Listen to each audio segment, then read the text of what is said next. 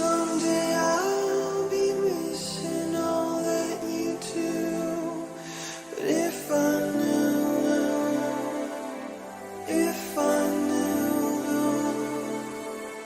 it wasn't you. It wasn't you. Always, always, all this time. All of you are in really big trouble, Busters. Problems that occurred from that. One is that I'd be playing a Gabe's game, telling and a then story. people would say, you should spend 5 minutes reading French poetry. In And medias the other res. is that people would take all of those long redeems, and like the people that I love, my favorite people in the world, and they would spam all those redeems in a row. I love that. Hi, everybody. It's me, it's Thades, and Gabe, Like, and Quinn, my- and Ceci, the and stuff that I have for my Echo. channel points, which may not be Oh, directly yay. applicable to people who like meat tube and use an actual human being. It is But true. what I've like Did he turn granting me with the down? status effects thing that I have Did he is a turn little me bit of down? Schadenfreude that I don't actually have to We- do anything for. We're So just something that prompts like a reaction or something just that gonna lets take people down kind of and mess bring with it the in here. I stream, know that we have but different not actually mess parallel with it. thinking processes happening right now. People love Yeah. Schadenfreude. There, We're we, having a brainstorming session. that's Yes. true. Everything happens during the break or during the intro. Yeah, we Oh, talk about we're all everything. here. We are here. I need a way in order. Ladies back up. I'm sorry. And it's okay. I think the solution to that's finally coming, by the way. Oh my God. So everybody, thank you very much for blowing the hype train off of the rails before the stream started. How are Hells you yeah. all doing? Thank you Yay! very much. Hell to the yeah. Visiting Python, thank you for that follow, friend. That's really lovely. Python, hi. Welcome. The captains of irresponsibility tonight would be Rin with 5 gift subs, Quinn with a ridiculous 25 months. I'm gonna miss some of these. Lost, what are you doing? Lost, you're in bigger trouble than everyone else. 5 subs from It didn't get Lost. lost in the noise. Tofu, thank you very much for gifting a sub to Clubs Rainbows. Very long time friend of the show. Clubs has been here, Chris, been in the game for a hi. long time. Very Hey, long time. Chris. Very long time. Hi everybody. It's us. Hi, It's Hi, it is everyone. Gabe and Alex, Quinn hi, everyone. and Necessi and Echo. Echo had a thing that he wanted to say. Oh, yeah. Yeah. Actually. Okay, so Thades, right before he ditched us to go dance with y'all. The dance is part of the brand. um, he talked about how starting a new show is like dating. I did. But specifically, I wanted to talk about how he said that when you start to get into your 30s and 40s, dating is a lot simpler because you just lay everything out on the table before the intimate stuff happens. That has been my experience. A lot of this. So there are people who want to take it the slow path. To be fair, and they're not the Well- minority, but there are also like about half people I've dated are like, you know what? There's a thing they want, and maybe also a long term thing would be cool, but there's the thing they want, and they need to get things out of the way first. So. I want the crystal jewels. That's how it's That your about. family We stole could from do us. Okay. a dating episode if you want to talk about it. We could do a dating episode sometime. So, Well- but what I wanted to say, Eka, what did you want to say? I Oh. wanted to say that I have not had that experience. I've had only the experience of I spill my guts to a complete stranger and then they immediately ask me out. Like, I nice. will go to a party and consume a large amount of alcohol and then have a very intimate talk with someone about like very deep things, and then immediately they'll be like, I really want to go out with you. And I'll be like, I understand only that. talked about all of these things because I thought we were strangers and we would never see each other again. I'm so sorry. Exactly. See, Exactly. my I will experience is not more of tell that you one. anything else That's- about me for like a year. Like the experience that you're mentioning there is the one that I have. I will like go to like places, I'll find a person, I'll have really big, deep, intimate, long conversations with them that last for hours. I'll walk with them all across town until the sun goes down, and then I'll be like, bye. Yeah, Gabe, yes, exactly. You don't end that by saying, and now we go out on a date. You stop and realize this is where the interaction ends. I Yes. don't know, sometimes it'd be kind of nice, but like my brain just goes, oh, that was a good day. This person, I don't know, nothing could ever happen with them because I'll never see them again, and I didn't get their number, and goodbye forever. Quinn, what do you want to say? I said that you wanted to say something. Oh no, I just agree. I feel that. Like Okay. spilling your guts to a complete stranger, and then they're like, oh, "We were so open with each other." I'm like, "Yeah, but that means I was never gonna be open. Like that's where this Yeah. ends." Like, I was Mhm. I was open with you because now I get to never see your face ever again. Goodbye. I get why that's easier. It's definitely easier to like effectively like get all the stuff out in a way that doesn't risk anything, right? If you talk to it's like it's like rubber ducking in software, where you talk to the literal rubber duck about the problem you have and you find the Oh, solution. yeah. But it is in fact way more effective for some coders, including this guy, to do the rubber ducking technique with an actual human being who understands that their role is to just be present while you talk, and that you will fix the problem if they just give you those few minutes, right? Yeah. Only this is rubber ducking with a human for actual real life emotional stuff, and finding someone at a party or a function or a park bench and being like, I need to talk to you about my last 6 breakups. And then Oh, not that type of stuff. 39 minutes later, they're like, fuck, dude. I'm like, yeah. So it is in fact just me, right? And they'll say, fuck, I hope so. I'll say, great, okay, thanks anyway. I'm gonna definitely don't ask me out, right? Fuck no, cool. Yeah. I think it depends on the topic. I'm very Maybe. fond of like people that are like under the influence of hallucinogenics, having deep conversations with them. It's really fun because they will go like through very weird sort of like leaps of logic, and trying to follow Leaps along of logic. for me is like a fun sort of like exercise. And they will make me sometimes sort of like, oh, I've never thought about it that way, you know, like kind of make me look at things differently. But I gotta say, I'm an extrovert, and I'm, you know, so I can't agree with the whole sort of like, oh, I can only talk to you about this because we're strangers and I will never see you again. That said, the first time that I met my now fiance, I didn't think much about him. I was like, oh, nice to meet you. Goodbye. Aw. We talked about that. The first episode is never like the relationship, right? The first date. Like, I mean, how do you get into a TV show that takes 9 episodes to get into it? It's because the first few are a bait and switch. They're fun. They're different. They get you hooked and you're curious. And then it turns out there was something beneath it all that had nothing to do with the shit you were watching. Right? That's dating. That's dating. That's dating. Yeah. There's Like this my big like show that takes way too long for that, which I've mentioned and I was telling like Quinn about. I think I brought up on another time, is Moral Oral, which is a 3-season long show, and the place where it gets really good is season 3. No. Oh my god. Oh no. How do you I don't know if I will be the able to. buy-in write. is so you have to have a lot of trust for whoever sold you on it, Yeah. or you have to be really intrigued by something else about the show, art direction, audio direction, like the voiceover, like whatever it is that keeps you hooked. The only way, or the episodes should be like really short. They're 11 Because minutes. I'm not going through like, what? How many? 11 minutes. They're Oh, 11 11. minute Oh, show. okay. Or I heard 90 and it was like, what? Or you can watch Bluey. All the episodes are 5 minutes and they're wonderful. Yeah. Bluey And always also does. Death on Bluey. Trails Oh and my Last gosh, Minute. I'm there with you, Quinn. You know, And I fucking Bluey- watched. I'm done. I finished Bluey in 2 days. Nice. I kid you not. Yeah, Bluey's a great show. Bluey also will not ask you out after you have that time with them. It Bluey will just won't. let you Oh go my on gosh, your way. you're so right. It'll let you go on your way. I've never you'll be cried better for more it. at a show. It's pretty good. If my defense about my previous declaration, I didn't think too much about him because we met a lot I'm of so people sorry, at the same Bing time. Fiance. You are nothing to Let me me. go back and explain this previous statement. And he was being his true self. He said 2 things to me and then booked it because he didn't know me, and therefore I didn't have, you know, the how do you say this, the permissions to access his backstory, Mhm. right? Yep. Because Mhm. I was a complete backstory, I like stranger. that. So he just did what, you know, politeness and social situations demanded. He like Yeah. said like, oh, nice to meet you. Okay, what do you do? I do that. Okay, Sure. good. Have a good night. And he left. And then And there's I me, Because which is I spill was- my whole story to you and then leave.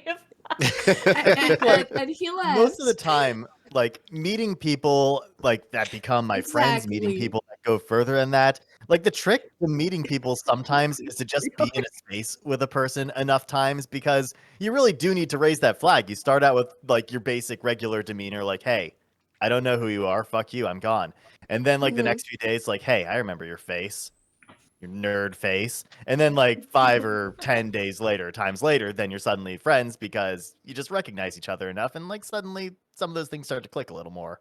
Like that Okay, can so during that night, we had to do like a booze run together and another friend, and then we maybe interchanged a few words, a few more words with one another, and then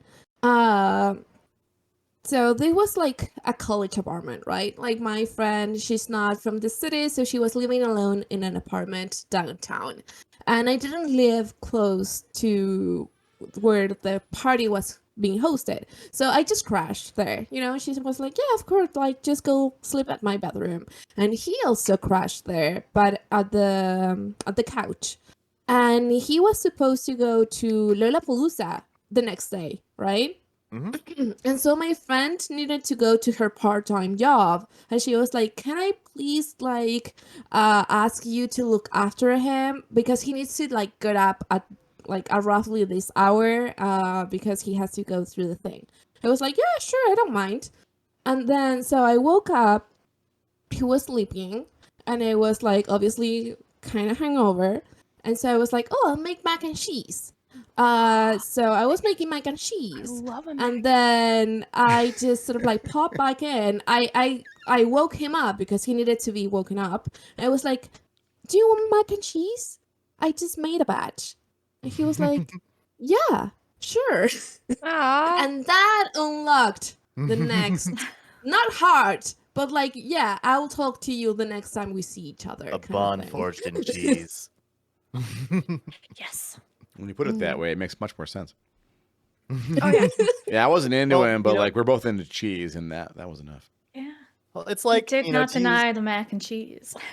to use a I mean- comparison that like Quinn and Rose would probably appreciate. I mean, it's like Stardew Valley. You just need to give a person enough amethyst sometimes to unlock the later conversations. You Oh just my gotta God. let him chomp enough amethysts. The Yeah. the Someone just BioWare. started So go giving me cheese. crystals. Would you like some amethyst? Yeah. So I just started handing me crystals. Yeah. Like I'm not gonna say no. Yeah. You don't say Yeah. no. Friends, Yeah, but the don't get me wrong, that didn't mean that that we like started talking right away afterwards. No, I actually started dating someone else, like very casually dating someone else that was from this same it's getting friend group. spicy. Uh-oh. Drama. Oh, no. He was not interested in me. He was not. I was not in his radar. Okay, like fiance was doing his own thing, right? Uh-huh. Yeah, and for then sure. we started talking, and then we decided to go out like as friends because we hadn't seen each other in a long time, because the person that usually sort of like organized the whole get-togethers, she actually went abroad for a semester to study, right? So this was in the times of Facebook, and so I wrote at another person's another one of our friends like profile. I wrote to them like, oh, we haven't seen each other in so long, we should like meet up and do something, like all of us together, because I'm an extrovert. And he replied to me like on like the DMs like, yeah, we should do something, like, do you want to go to this park? And it was like, yeah, sure, but it was very like, we're just friends, right? And so we went to the park. We had a picnic, which is why his picnic fiance. And then we were just Nice talking. Ah. We were just talking, and then I looked at him, and I was like, "Oh my god, I kind of like this guy." Toes are cold. He completely ignored me. I mean, I think he thought I was cute, and that was it. And it only happened like a couple of weeks afterwards that kind of things got off. They didn't happen. More like I did, how do you say, a declaration of intention, Mhm. and he acknowledged it. and then ignored it. That got academic Oh, really no. fast all of a sudden. Like, kind of nowhere. Just like, Yeah, but basically, have to have, to like, explain it real fast. So, we went into this super like friendly get together that was actually a date, but neither of us knew that it was a date. And then a couple of weeks afterwards, he invited me to a concert, right? Like a small gig. But it was very far away from where I lived, and I had to go to college very early in the morning the next day. And I had to go to a radio workshop where they will give me, I'm a journalist, they will give me a topic, and I had to go out and research it and then do a whole thing. So I basically was like on my feet from 8 to 7. So it was very draining, very tiring. So he invited me to this gig, and it was kind of late. So I was like, okay, so the gig will probably start at this hour, and then it will finish at this hour. That means that I'll be arriving at my uncle's house where I was staying, like at 5 in the morning, and then I need to take the subway back, basically, to my college at like 6. So I did like my checks and balances, and I asked him point blank, is this a date? And he said, no, it's not a date. And I was like, then I don't want to go. Yeah. Then I'm not boundaries. interested if it's not a date. It was effort for something that wouldn't have any kind of result. And he was like, oh, okay. And then we stopped talking for like a week. And like the next time we talked, he was like, do you want to go for ice cream? And I was like, Do you want to yeah, go for okay, ice cream? sure. I mean, Like, yeah, okay, sure. I love ice cream. I mean, too. Right. Want to go out and buy some Yeah, right. amethyst? Yes. This Yeah. is the fucking BioWare And some approach to strawberries. dating. Didn't we all learn? It's kind of creepy. Like, I'm just gonna give you lots of stuff until you put your face on my face, and then they're like, "Fuck, fine. I mean, I may as well. You're the only person with any agency in this entire universe." It's dark. It's dark. I do love the kind of comedy of it, though, because the result is just you're giving them like a bunch of amethyst or a bunch of like one thing over and over again, and they're just so impressed with that, and their house just now has closets full of the one thing you've given them over and over. I just think like there's a really funny image there. It's a fucking Twilight episode. Especially there, if man. it's like a flower that you pick over and over and over again, and they're just like keeping the dead, dried up flowers all like over, hanging on the all wall. over the house. You can press The creepy- it. that'd be the You press it, you creepiest take final pictures of a episode. book. Just like she takes him into the house, and then it's just a wall of dead flowers, just different levels of freshness and decay all over the walls, with like little scrawlings over each of them with the date. As I watch That's the life terrifying. drain from them, I think of you. Great. Okay, but you can gift Leah. You can give Leah goat cheese. And honestly, if someone and came salad. to me with some goat cheese every day, yeah. I will be super happy. Sure, but you I was wouldn't like, pin "Oh, the goat thanks. cheese to I your had this wall, for-" right? I mean, that's what we're talking Yeah. about here. I'd be really, No. I'd be even I more mean, weirded maybe out. I would. Maybe I will like age it sometimes, Okay, like the to take things up, but not actually pin it to a wall. That's what we're talking the about. goat Imagine. cheese is also Pepper. really massive though, and I wouldn't want it every day. That's a Yeah. lot of It's goat. like a slice. I think you It's can like a handle it. slice. But I'm like, excited if for they it. hold it above their head, like it's this big. Well, Is it an Imagine, entire though, like, wheel of goat cheese? no. It's just it's A just big old like a chunk. slice, Okay. a chunk, a big As if chunk it's from of a goat wheel cheese. this big. Yeah. So it's it's an unreasonable amount of cheese. It's enough to run the restaurant for a Yes. week. You're telling me. So Mhm. Yeah. Yeah. I do find the notion really funny though. Like you keep giving someone a gift thinking they like really like it for normal reasons. Like, oh, I heard you like cheese. Here's some cheese. And you give it to them. And like you find out at the end of it that they've not eaten a single bit of it. They've just been pinning it to the wall every single time. You Oh, find yes, it, I and love each cheese. one is in its own little petri dish, and they're just watching it decay.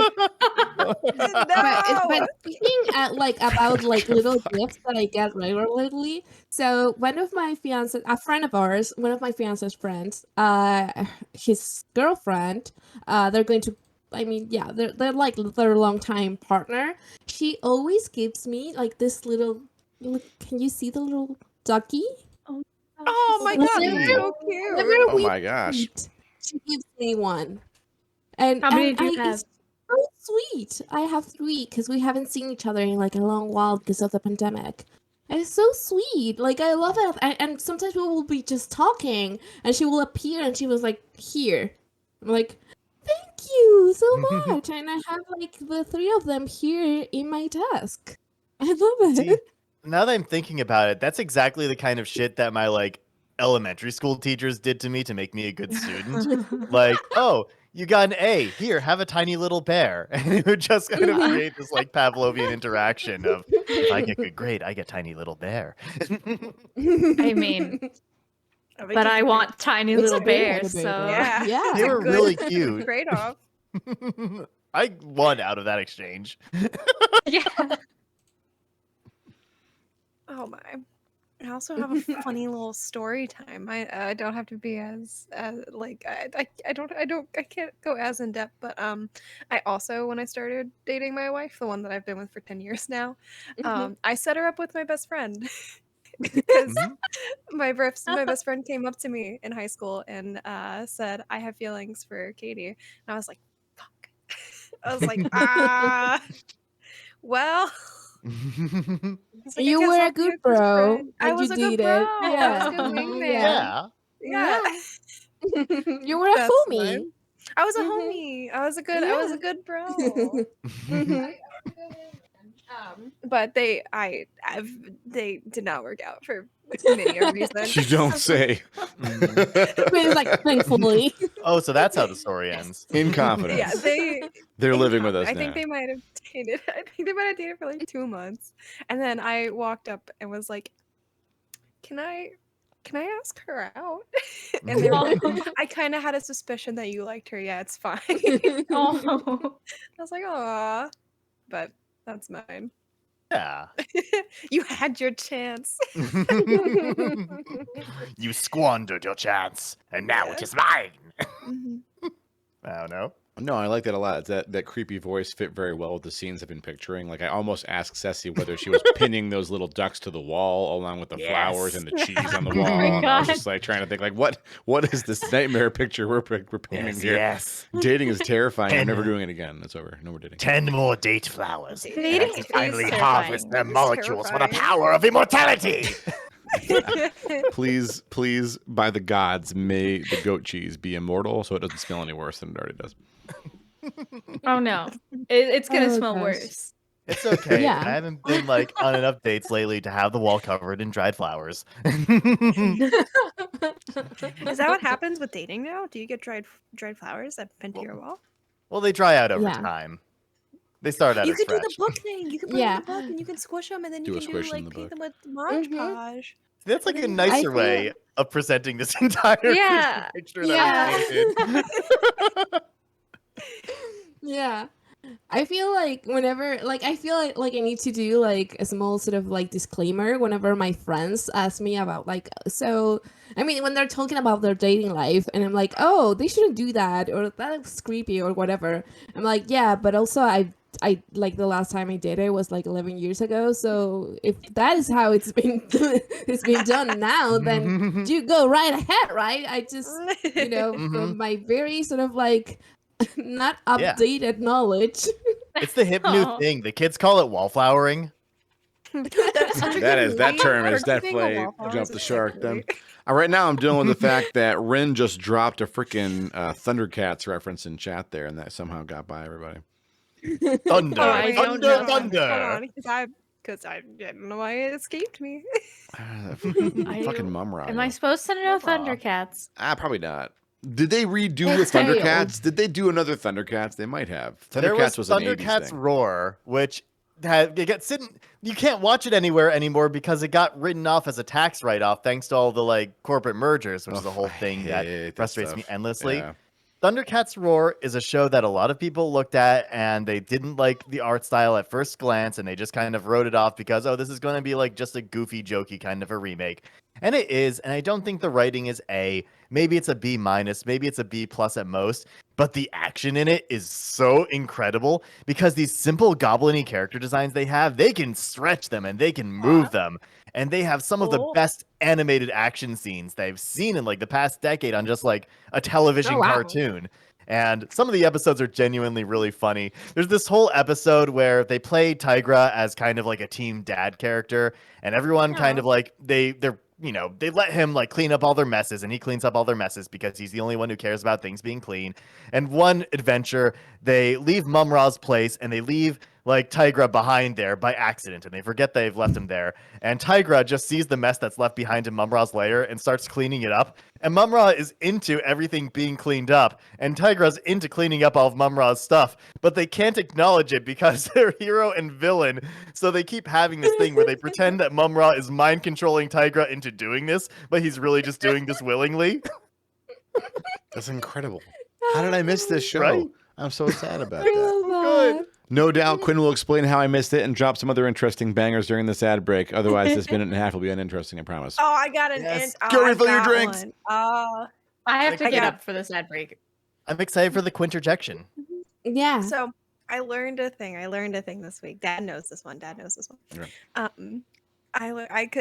It's sodium times. Oh, should I wait for? No, okay, it's fine. If this is what happens behind the ad break times, I learned what I learned in boating school this week Okay. is that you should not have a ridiculous amount of sodium times. Mhm. Because I have comfort foods. Like ramen is a comfort food for me, and it's a very quick and noodles are safe. And I would just like I was constantly eating like ramen or ramen-esque things, which is like super sodium on top of like adding more soy sauce on top of adding more stuff. And I spiked my blood pressure really, Oh, no. really high Oh my and thought I god. was dying. No. Like, No. this crashed with being sick from flu. Oh no. no. So this is my PSA to watch your sodium intake because like my heart was doing little pitter patters more. Like I was having like an Oh. uptake of like heart palpitations, which I get kind of Mhm. frequently, but they were getting worse. And I was like, what the heck? And then I went to go make food because I was stressed and I was going for comfort. And I was in the midst of making it. I literally looked down, took the pot and dumped it out. No. And then went and Googled. I was like, surely Oh I've done a fucking gosh. wucky somehow. And the fucky wucky was eating way too much sodium. It I feels did- terrible.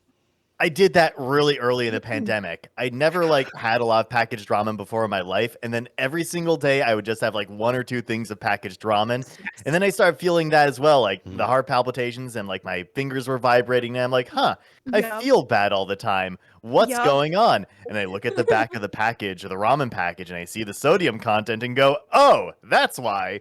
Well, you're supposed to like make those Oh my noodles and then put them God. in a giant thing of like other ingredients, and it has all the salt for you, right? Like you're not just supposed to eat just the noodles. I found out later in life. Yeah. So- And they're Mm. supposed to go through like it's the base. Yeah, And it's the you're base supposed for to put things ramen. in Is it. not just noodles, of course. Ramen's like you Yeah. put an egg in there, vegetables, and like pickled shit. I and- still just eat it as just Seaweed. noodles because I can't cook. I used to eat it eat as It- noodles it the sometimes. brick, just like eat a chunk of the brick. When I Yeah. was cooking Oh, it Dad, up. I do that too. I have done that as a Oh kid, no, not Yeah. the brick. I ate the brick. Finn does Ramen that in can be Adventure Time in like- an episode. Yeah. Yeah. Ramen can be a very good food for you if you go through some lengths to make it so. But I get that for a lot of people, that the whole concept of ramen is just like pouring hot water and just be done with it right away. Yay. So I get Okay. it. Yeah. Like, Hey, but- More hi. ramen breaks It than was ramen not- soups. It was not fun. It was bad time. So like watch your sodium intake. Cause also me and wife like did a whole thing where we like like I thought I was dying, and then we were like, oh my god, I gotta back off sodium like hard. Like I gotta like Mhm. full stop back off sodium and chug water like nobody's business. Mhm. Sodium is in everything that we consume throughout our day. Like Yes. most Yeah. things have sodium. Yeah. So It's like flavor. Well, you need it's it, flavor, but yeah, Yes. they go overboard on prep stuff. So Yeah, I did something sort of similar where I started drinking energy drinks somewhat recently, oh no. and they really fucked with my electrolytes. Yep. Yep. Yeah. And I like, not that it like messed with the way I was feeling super strongly, but it like showed up on blood reports really bad in potassium specifically. Mhm. Mm. And it was really really wild, and specifically the energy drinks were the only thing that could have been causing that. Mhm. And I don't know, that I had like, I've stopped. It's really easy to stop drinking energy drinks for me. Mhm. But I don't know, it was another one of those things that like I wouldn't have thought that could have caused specifically electrolytes fuck ups. Yeah. Well, electrolytes But, like- and sodium, they're like So, that's where you get it. Like if you need electrolytes, you got two paths there. Have a bowl of French fries. That will get it done, but it takes time because your body has to break everything else down and extract it and do the work. Or you have an energy drink and you get the electrolytes right away, and that's really great if you just ran a 5K and you need to do some other stuff and not crash for the day. That's what they're for. yeah. That's what they're for. If Yeah, you're just I chilling was out playing gonna video say. games, you don't need two of those things. Oh my god, you're gonna die. Yeah. So- Yeah, like I think that's what I was have an also axe to grind with coupling energy it drinks. with I'm done. I'm done fucking around when with that shit. people just drink like Gatorade just on the daily, and I'm like, that's when you're like dehydrated, like you just did a lot of exercise, You sweat, and now yeah. you need to hydrate very quickly, and therefore you also need to sort of like reobtain all the minerals and like electrolytes you just lost. That and like that's keyword, you lost them, and so you need them back. Yeah. Or This is like One of the some few people use it for reasons- sorry. hangover as well, and I think it Oh, also yeah. helps for hangovers because you do sometimes like sweat a lot when you intake a lot of alcohol. Mhm. But it's not something that I will actually recommend. I know that they're recommended when you have fever, any like sort of like kind of sickness that kind of fucks Yep. up with your sort of like Yeah, it's like- perspiration. Yeah. I Yeah. have Like soup, exactly. I see. specifically keep like Pedialyte in like my kitchen for like times that my stomach goes haywire, Mm. because it has like electrolytes, and I have the ones that have prebiotics, so it helps the stomach settle a little bit. Mhm. So it's like having water plus electrolytes plus prebiotics, Mhm. and it like just makes me feel a little bit better. Yeah, no, I mean, see. just be careful. Monster is actually my target. Like it's that kind of stuff. Like if you have like I little, don't drink. if you have a little Monster Gatorade, specifically. it's fine. If you get like the energy drink, like Lost is Yeah. saying in chat, she like uses a bit to get flavor. I mean, sometimes people need that. Neurodivergent folks need. I mean, my parents both don't know they're neurodivergent, but they need flavor to drink a thing, right? And that's very neurodivergent. So I get it. You got to do it, but be very careful how you select that stuff, because like if you're popping down monsters, which I mean, there are members of our community. Quinn, I don't mean to call you out. There are a lot of other folks who do way more than Quinny does. A Monster. lot more than Quinny does. And I worry about I've- their health. yeah. That's a lot. I'm pretty sure I did it way more than Quinn. You're so you gonna can yell at me. Echo. Don't die, Echo. God. I don't drink think- energy Yeah. drinks anymore. I stopped. But I also noticed that, so I drank one specifically that made me feel really bad, and it's because I had blue dye in it. Oh. Like Which blue one was food it? coloring. It was Alani new, Oh. and I didn't know it had blue food coloring in it when I bought it. And then when I started drinking it, it made me feel bad. So I like actually really, really looked at the ingredients. And it had blue food coloring in it. And I was like, fuck this. Why do you need food coloring in a canned drink? Exactly. Oh my god. Mine, I used to be really bad with energy drinks, and then I stopped drinking them for a very long time. And I don't know why recently, within the same time span that I was doing way too much sodium, I was like, oh, I'll get a Red Bull, I'll get a Monster, and like it'll be fine every now and again. And that is a Yeah. slippery little slope to take. But I don't drink them anymore. Mm. Oh, I haven't had one in a hot minute because it make the heart do weird It things, and makes they're the not heart good do Yeah. for weird you. things. Yeah. One It of makes the the heart do weird thing. one of the few ways I found in my life that I'm appreciative of being like fairly young and having had a lot of colonoscopies is that they've completely turned me off of any drink that contains a lot of electrolytes, because when you prepare for a Oh colonoscopy, yeah. your body loses a lot and you're not supposed to have any like solid things, so they tell you to drink a lot of electrolytes, which means a lot of like Gatorade and a lot of like clear soup broth, and it is a horrible experience. I Oh wasn't told no. that specifically when I had to prep for my colonoscopy. Mm-hmm. I wasn't told I had to drink a lot of electrolytes. I was just told only liquid, like only fluid stuff Drinkable for the day calories, Like- before. kind of. Yeah. Yeah. I can sympathize, Gabe. I happen to have like a similar reaction to, so I have sugar problems, right?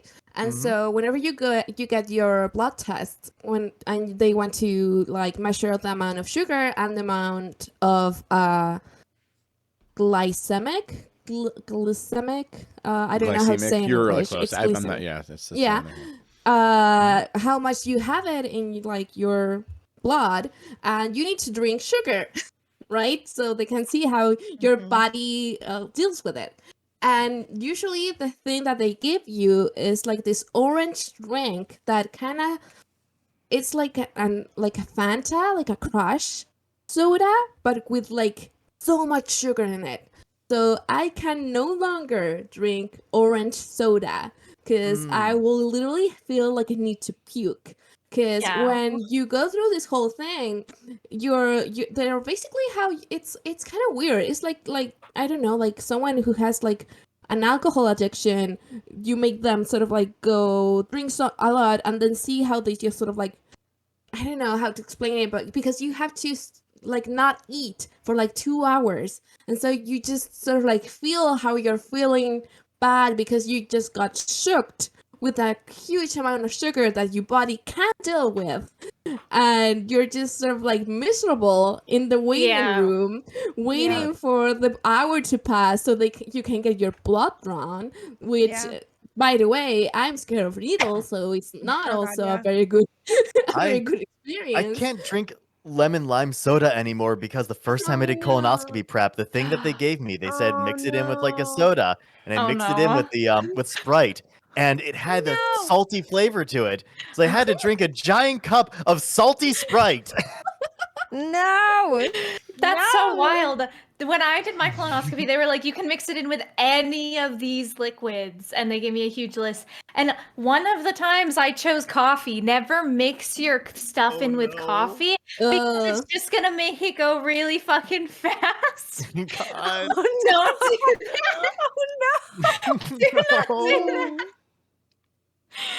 Like, I can't drink coffee regularly most of the time anyways Oh, I because it can't makes my bowels imagine. explode. So Oh God, putting yeah. that on Coffee, top of is it a colonoscopy prep. Yeah, just don't do that. diuretic? Is that the term?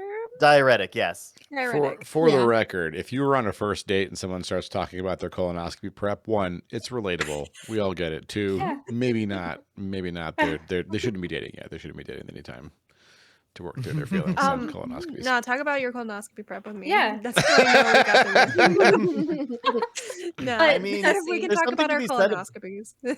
There's something to be said about that. Like people who have a mutual bond over having like chronic illness, like it Yeah. can be very liberating to just That's talk about these okay. things. That's different. But then the focus is not just Yeah. the laser poops. It's also Oh, like hydrate. It's like Like my shits were so clear. it's the Oh, least. yeah. No, you're basically God, I hate that pooping stuff. out It's clear liquid. yeah, it's Oh so my uncomfortable. Yeah. It's so uncomfortable. No, like I don't like that. Let's change the topic I'll to stay butterflies. Tell me whether or not you think butterflies are pretty. Hey, Echo, what do you think about butterflies? Well, you see, I used to really like butterflies, but now I think they're really fucking creepy. Really, go for it. Tell us about it. Yeah.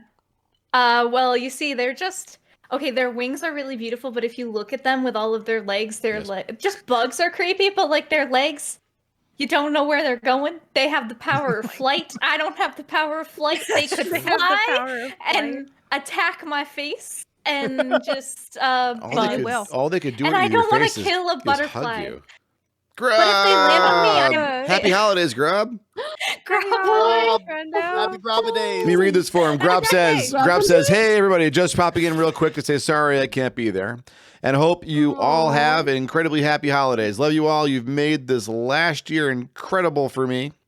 Have a great stream. I'll talk to you all soon. She was muted because I'm with family, but I see you're talking colonoscopies, so I've arrived at a hilarious time. Yep, beautiful. Glorious. Per usual. Butterflies are a See. myth. Fascinating. I mean, Like- butterflies and moths are the same. It's just that's all classism. Like what we think is pretty versus mean, not. they're- Moths are very They're both beautiful. beautiful. They're very My beautiful. biggest thing is that I don't want to kill a butterfly, but if it lands on me, I'm smacking it, and then I've killed something beautiful. Oh, that's no. Yeah. Like I You know killed a what work I- of art See? because it landed on me. What you're The like bug that I want describing. to know are Oh, dragonflies. which are fireflies. I want to know fireflies. I want to I meet the like fireflies. firefly of or me. lightning Fireflies. Beautiful. I have fireflies here. We don't sometimes. get fireflies here. so Lost gets I a ton of haven't ever fireflies seen where she one. lives. I hate fireflies. Does anyone I else love call them them. lightning bugs? Same. That's what I learned when I was young. Okay. What? Lightning I bugs. call them Lightning lightning bugs. bugs. Because a firefly is a pretty good show if you don't dig too deep into what it's talking about and who the people who Somebody made told me it it. was. If you just watch it for The its surface Whedonisms. value, it's got some really fun stuff. Oh, in the it. show? And the character, yeah, and the character's really relatable. But like, Yeah. Yeah, no, I enjoyed the show, but the Don't- bug is don't terrifying. dig in. Don't dig into the bug I either. Just love- look I at the love sparkly light in the light. distance. Yeah. It's like a star on the surface of the planet. It's nice. Your description of the butterfly echo is making me think of that SpongeBob episode where SpongeBob and Yeah! Patrick have to take care of Sandy's like caterpillar. Yeah. And they love the caterpillar, but they've never seen earth creatures. So the caterpillar like metamorphosizes overnight and becomes a butterfly, Oh. and they are terrified of it. And every time the butterfly like flies on top of their little water bubbles, it just goes into like real Yep. footage of a butterfly's like close-up face with buzzing sounds, and they just run away screaming from That's it. exactly what I'm. That's me. Thank you for giving everyone an accurate portrayal of what happens when echoes near a butterfly. Oh, butterflies, they're It's not gonna hurt wormy. you. They're not gonna hurt you. I think I was they're like, very what was cute. the name? But they're Wormy, yes. scary. Wormy. How do you know what's inside that bug brain? You don't. It's Yo, just I bug. literally do. No, it's that's it. It's But just how bug. does it There's know nothing in there. our It's just brain? bug. It's like a But then what is it handful of gonna do? neurons. It's bug with the Echo, ability echo. of flight, and it might land on you. And then what if Just you smush The that work birds of have the little ability prettiness? to Just- fly. just- Oh, I don't like birds just though. think about it like it's awesome. I could just think about it like it's a Hollow Knight NPC. Yeah, Just and then I'm notice gonna that. smush it on purpose, and then again No. you have a dead pretty butterfly Okay, so on my Echo hand. Echo feels about the map person the same way I feel about the map person. Let's try another topic. Let's say Echo. Think about it this way: you don't But Butterfly is know. not a- You don't know what the butterfly is thinking. The butterfly doesn't know. It doesn't know. No. Head It empty can never Thoughts? know. of only beauty. It will. It has But, no. like, It has no. terrifying. It doesn't know terror. It Terrifying. doesn't know. It doesn't know. Thades, I really want you to see a clip of my stream.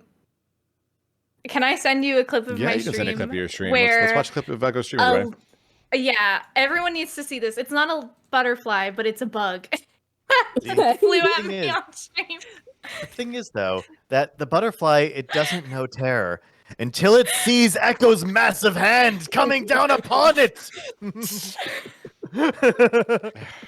In the fleeting moments my of its God. life, it learns the meaning of terror. I have had so many talks with my two tiny sons over the past 24 hours about when it is appropriate to use their strength versus when it's not appropriate to use their strength. Aw. Echo, this is not a time to use your strength.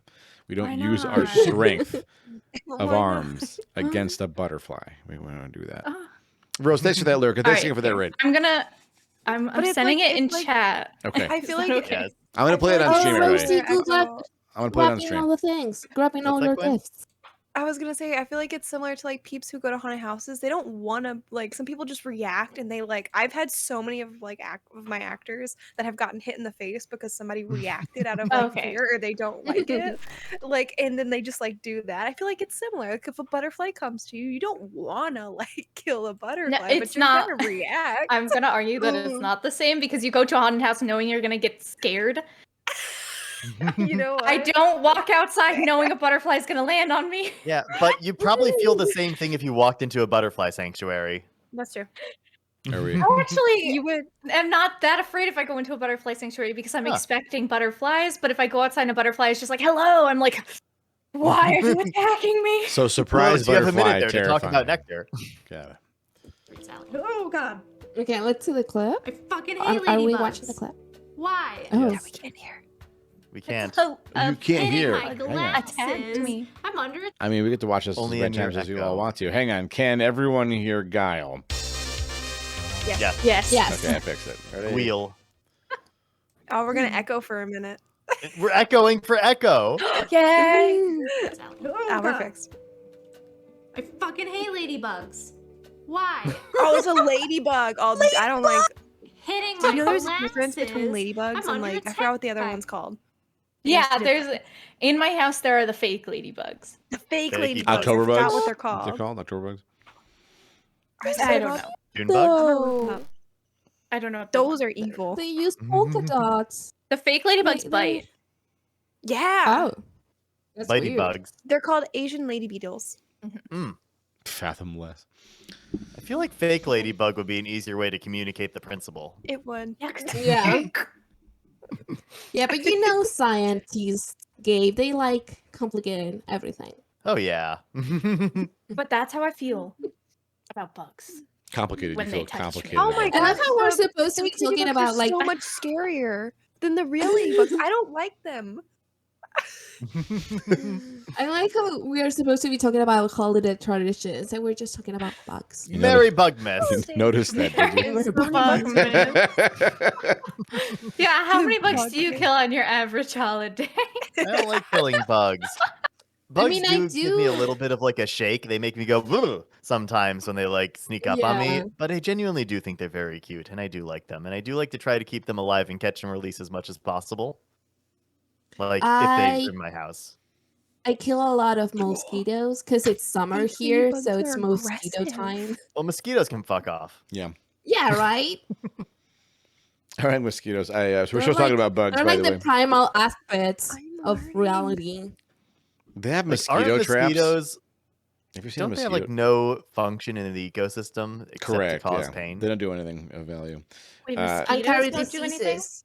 No, They they carry- just suck, literally. They carry really bad diseases. Yeah. So like they have these traps around I think Lake Michigan and one of the other Great Lakes, maybe more than one. There are these giant nets that are the size of a normal desk and just as wide, like wide enough that a person can fit in comfortably.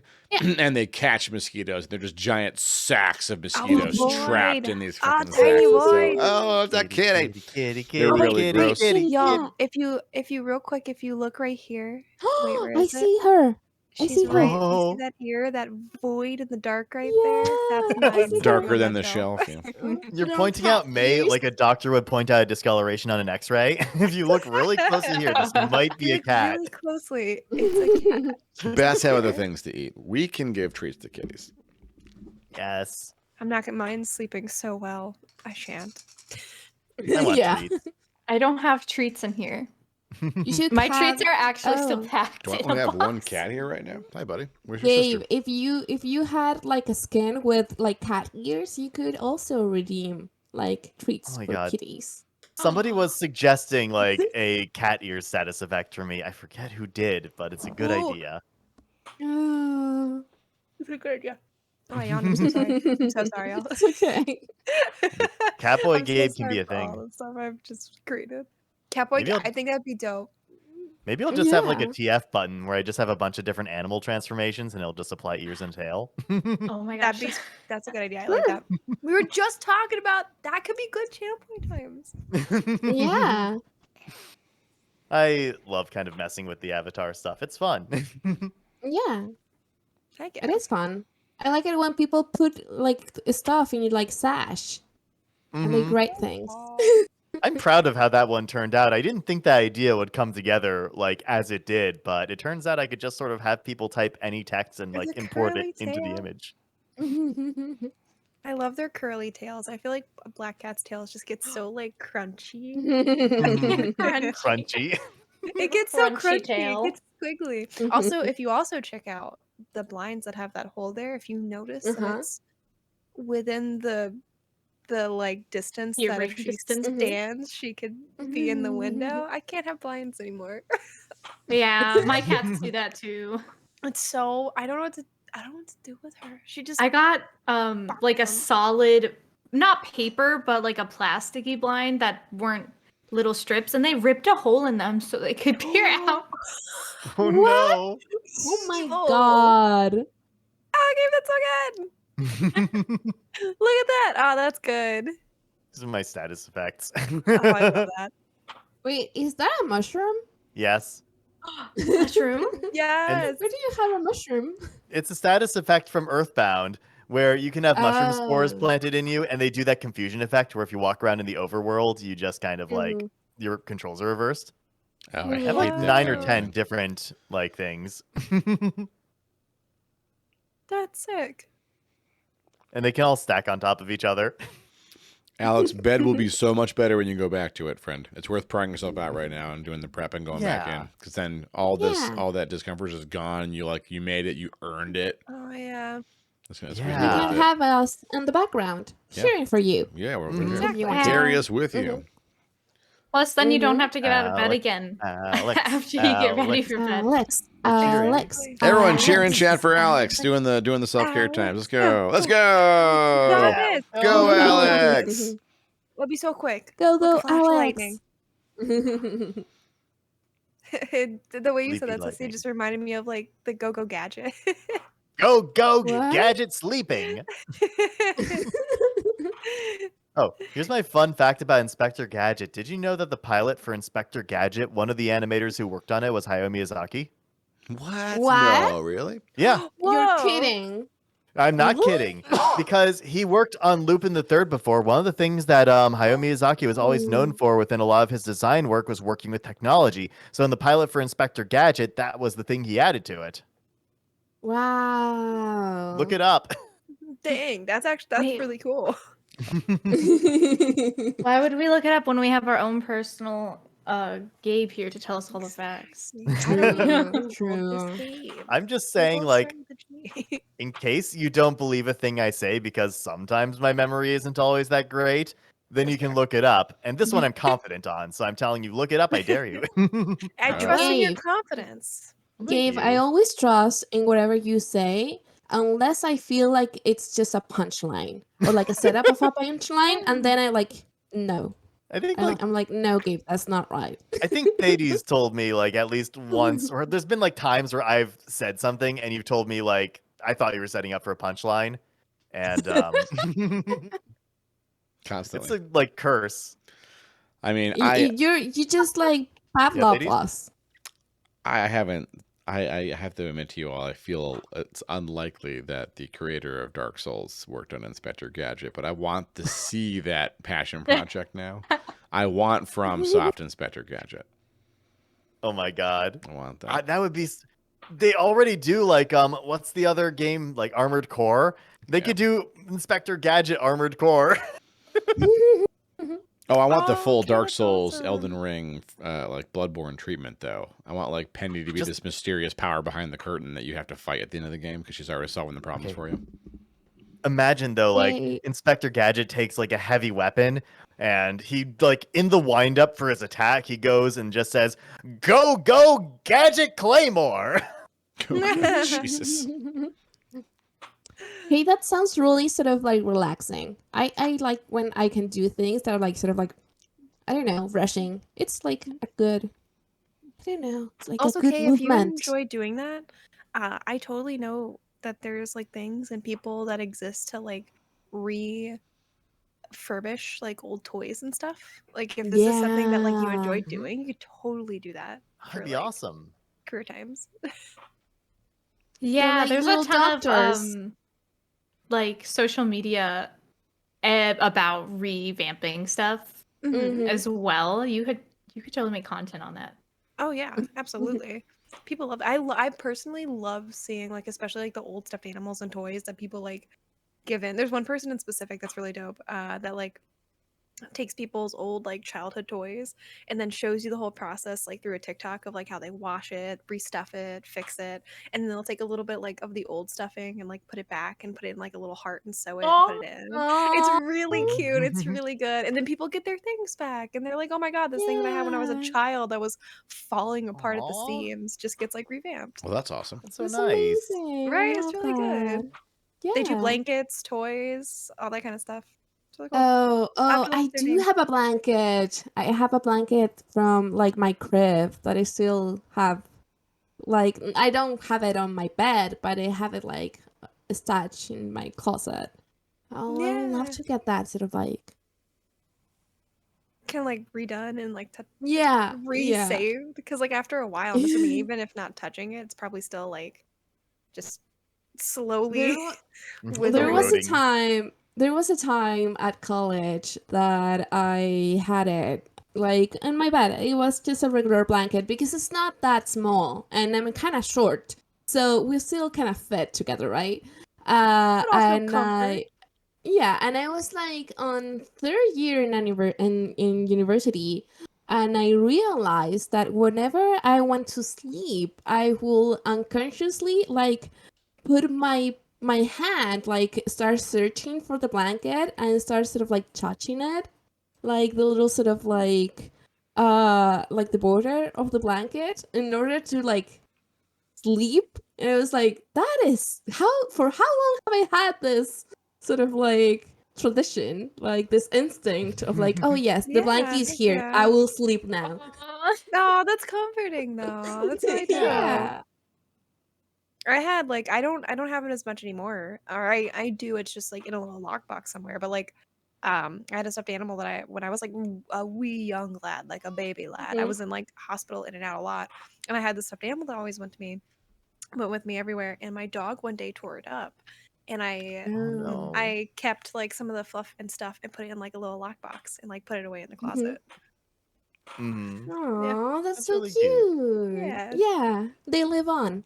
Mhm. A part of them. A Mhm. part of them. I Yeah. had I think. something kind of like that with Mhm. there's one thing I got from like an aquarium, which is one of those like jellyfish toys that's kind of squishy and it has some liquid in it. And Yeah. one day I accidentally like popped it. So I took like a little wooden box. And I didn't think about the fact that the box would absorb it over time, but I like took all the liquid and I kept it in like the little lock box and just like left it there. And it was my memoriam of my beautiful jellyfish friend. Aw. Yeah. Aw. Oh, that's nice. Yeah, I and then think I they opened did it up like like. years later and it was just kind of like dyed blue inside vaguely. Aw. I like that. I can get the blanket revamped and then just put it on like the place that in the next house will be like my library. Like put it on the Yeah. couch that I'm Oh going my to god, that have. Oh my would be god. And so so it's just like good. coffee You need like times. a library with a Yeah. That would be so fireplace and a good. big comfy chair and an ottoman. Yes. Also, Uh, fiance, if you're listening, that would be a grand present time. Oh, Says he's going to tell us the yeah. truth about the library during the ad break. If you're subbed, you'll hear the truth. If not, we'll probably tell you later. I don't know. We'll forget sometimes. This is weird. What? This is the holidays. Whoever tells the Maybe truth. ADHD. I don't know. I Anyway, don't go ahead. tell Yeah. anything. Okay. Why would you tell the I'll truth? Anything go. but Health speak. tips. I'll go When get you my adult beverage. Oh, Be good. right back. Yeah, Also, I yeah, have a surprise for you, like a Christmas surprise. A I mean, it's just Ooh. me sharing things with you. Okay, I'll do it after the break. We're going A to surprise segue. surprise. We'll segue to the And topic. in 10, 15 minutes, I gotta like skedaddle out of here. That's Oh, fine. Gabe, can I tell you? Yeah. The last time I saw the face behind the green The was face on behind the green. The Quinn stream? it was Quinn's stream. And so I can only imagine that you're still wearing all of the beautiful makeup and black Yes. lipstick from Quinn's stream. They fucking Um, crushed it. And you cannot correct me because I Thanks again. do not want the magic crushed. You are still in the makeup 100%. That's You all should- thanks to I Quinn. don't know if you could do it, but you should have a little button that puts like the little makeup on your little VTuber. Oh my god. Oh. I think I would need to make that like a custom pose for my character, which I think Chris O'Teal probably could do that, but I was gonna say I don't know if it could just be a slap over as like a much of Well- an animal ear can be. the thing that's a little annoying about how the PingTuber works, and I love it because it looks good normally, but the program makes it float around a little bit by default. Like if I just kind of stand still, you'll see it moving a little. Yeah. And I so see. if I like slap something on, that thing stays static while I move, which is why I've got like a few static or like status Gotcha. effects that add a thing like the mushroom. But the mushroom I just like leave there and nobody really notices because nobody's looking at it Yeah. closely. Well, now But if I'll I had- notice. Well, fuck, I ruined it. God But if I damn had like details on the face, you would totally see my face like poking out from behind it. No, That makes no. But also, Like- that's grand. Maybe I could ask. That'd be like a good thing though. I could commission that from Chrysatile and have like a sleigh mode. Oh my god, I- play mode! Or a goth mode where it's like Yes. all like black With the little lipstick, like bracelets. oh Little yes! Straight up- bracelets. Straight up Yes. kiss Goth makeup. for ham with the- link here. Goth for ham Yes. link. Was it Thades? I said go straight kiss mode with like the black spikes painted Oh, into your white please. face. Kiss isn't my reference of choice because I hate Gene Simmons. Fair enough. So we could call it King Diamond mode. Fair. There you go. King Diamond mode, yeah. Combat boots. What about But I Robert appreciate Smith? that thought. That'd be cool. Your Robert Smith mode? Who? Robert Smith of the Oh, Cure. Robert Smith. Yeah, yeah. That's why I said Oh. Goth for ham link here. There you for the go. Cure. Oh, I missed that. Now I got The it. ultimate Gabraham. You could put a streak in your No, the ultimate Gabraham would Oh be my all God. of your redeems combined into one massive monstrosity, like a weird Voltron. Oh, I mean, like, I can do that just now. Wait. Yes. I can do that right now. Yes. Yes. Now this is slay mode. Power I Rangers. can't believe your Gabraham, like, an mushroom edition. doesn't also move with your face. This is slain mode. You'll also notice that it didn't move with my crushed body. I couldn't. Oh, no. So much I happening. can right now. probably figure out how to do that, but programming specific interactions between every single status effect would just be a big chore, and so I just don't do it. That's why I'm fired. Valid. Big mood. Big mood. So fair. Immersion Like, there's destroyed. only Here, let me facilitate only your so much. immersion. if somebody pays us one day, Thades, to like have everything stack on top of it, Yep. then maybe we'll program that. But until then, Yeah, I would love to get funding for this stuff. That'd be great. like I'll never forget the day. Sorry, go Gabe. I was just gonna say the main problem with it is the future proofing, because like it's fine if I have 10 different things and I program in every interaction, but if I want to add in an 11th thing, then I need to suddenly program every interaction for that, and it just gets Yeah. more and more complicated. Mhm. And what were you gonna say, Yep. Quinn?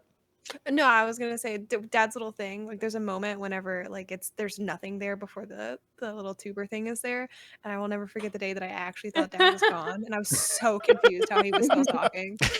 It's not Cheers. sitting The in his dream is chair. broken. Oh gosh, it's Dusty. Hey, Dusty, welcome in. Dusty. Hi. Welcome Hi, in. Dusty. Hi. How are Overwatch. you? Sequel, the squeakquel. I was Squeakquel. genuinely surprised to see Overwatch 2. Like I didn't realize they made a sequel. How long has it been out? Probably a while, right? Actually, it came out like a couple months ago, right? Like, unless I'm misjudging my months, but it was definitely not too long. Hey, ago. Stunk TV, good to see you. I think whenever you release a sequel, you Welcome, have to Stella. release it on the 2nd of the month. You should, That's- otherwise it should be It's a illegal. missed opportunity. Yeah, it's just wrong.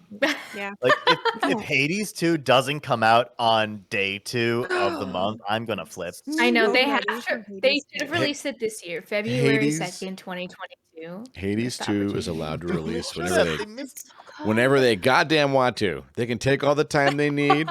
Whatever day they pick is perfect because they make no mistakes. There are only I'm two not- game makers in existence that hold a candle to the majesty of Hades 2. And it's not Hades 2's fault that it'll never be XCOM or Dwarf Fortress. It's just don't hold them up there. But it is good. Ceci, what? It is I- good. are you sharing, right? Let me just. What is this is Why what I can't wanted to smell-o-vision exist? what I wanted to show. It's like a very traditional kind of cake, or like bread, I guess, like sweet bread that we make for the holidays. We only make it for Christmas. I think it's like a Spaniard. It's a Spanish tradition that we like adopted to us. It has like candied fruit. It has walnuts, and sadly, Fruitcake. it has what's the name? Raisins. which ew. Sadly, But raisins I are still- delicious. Yeah. They are nature's candy. No, Gabe. No. No. They're delicious and beautiful and pure, and I will not have you Raisins are lambasting my children with beautiful. slander. I like Raisins are not I'm here for the beautiful. raisins. Yeah. Some folks have And- real and, strong like, feelings about raisins. I've been told by It's Lost very that crumbly raisins do not and go very into baked goods. delicious. I like raisins. I mean, My I don't like fiance is literally. actually obsessed with the fruit cake. Oh, it's called pan de Pascua, which literally translates to like Easter bread. Oh, I've had Easter bread. I've had so- something called Easter The bread. best Yeah. Christmas tradition food. The Yeah. Easter bread. Also, what Yeah, a perfect we segue. have it. Good job. And it's very crumbly.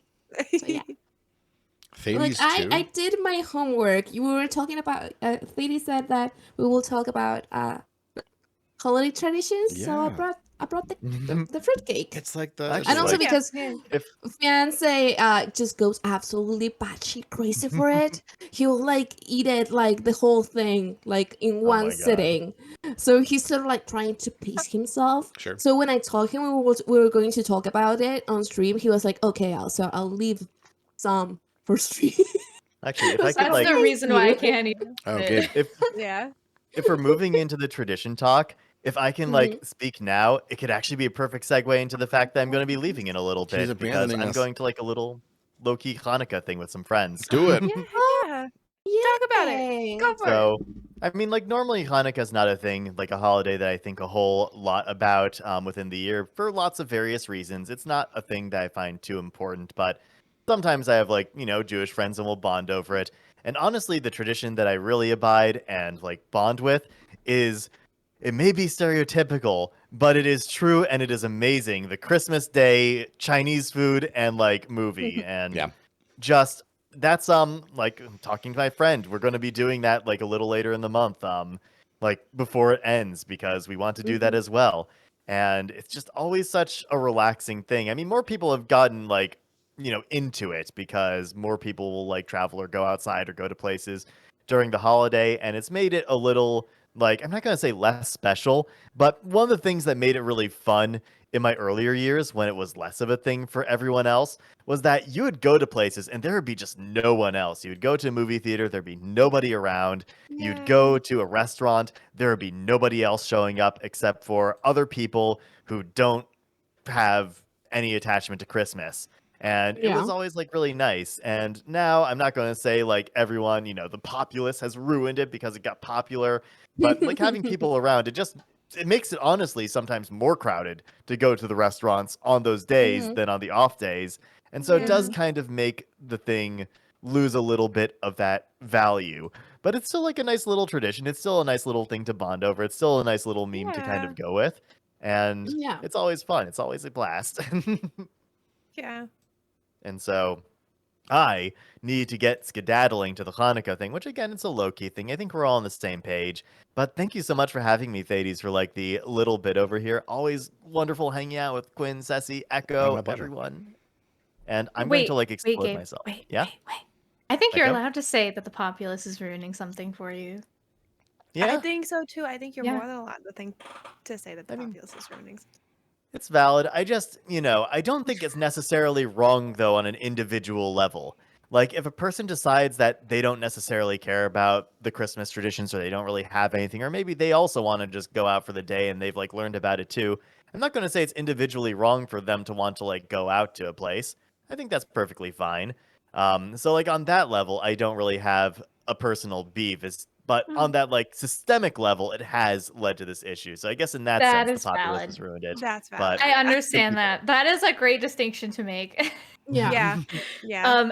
As someone that doesn't quite enjoy Christmas very much, I can understand that. I want something to do maybe on Christmas. I kind of just ignore it most of the time, but You're like, totally allowed. Fraggy, hi and bye. And before I go, I just want We to love like you, Gabe. completely destroy myself again. No, Gabe, don't do Yes, it. No, yes, Gabe. Bye, Gabe. Going out in a blaze of glory. I go, oh my gosh, what happened there? That's Quinn and Ceci and then oh god, no. How did that happen? The actual. I have been Like, Yeet I it. got it. It's fine. You're Wait, back. I can turn the thing Okay. back Back on in chat. too. Great. There we go. And then I gotta make this is what is this camera 3? That's gotta be echo, and then that's sassy, and then that's Also, I had Quinn. adult beverage. I have adult beverage. I have adult Oh, beverage. why don't I have an adult? Oh, because I've been sick. Yeah, Quinn, you're sick. Me too. I've been sick. I Oh, okay. know. So we have this drink here that it's also, I think it was invented in Peru, but it's also super popular here. It's called pisco sour.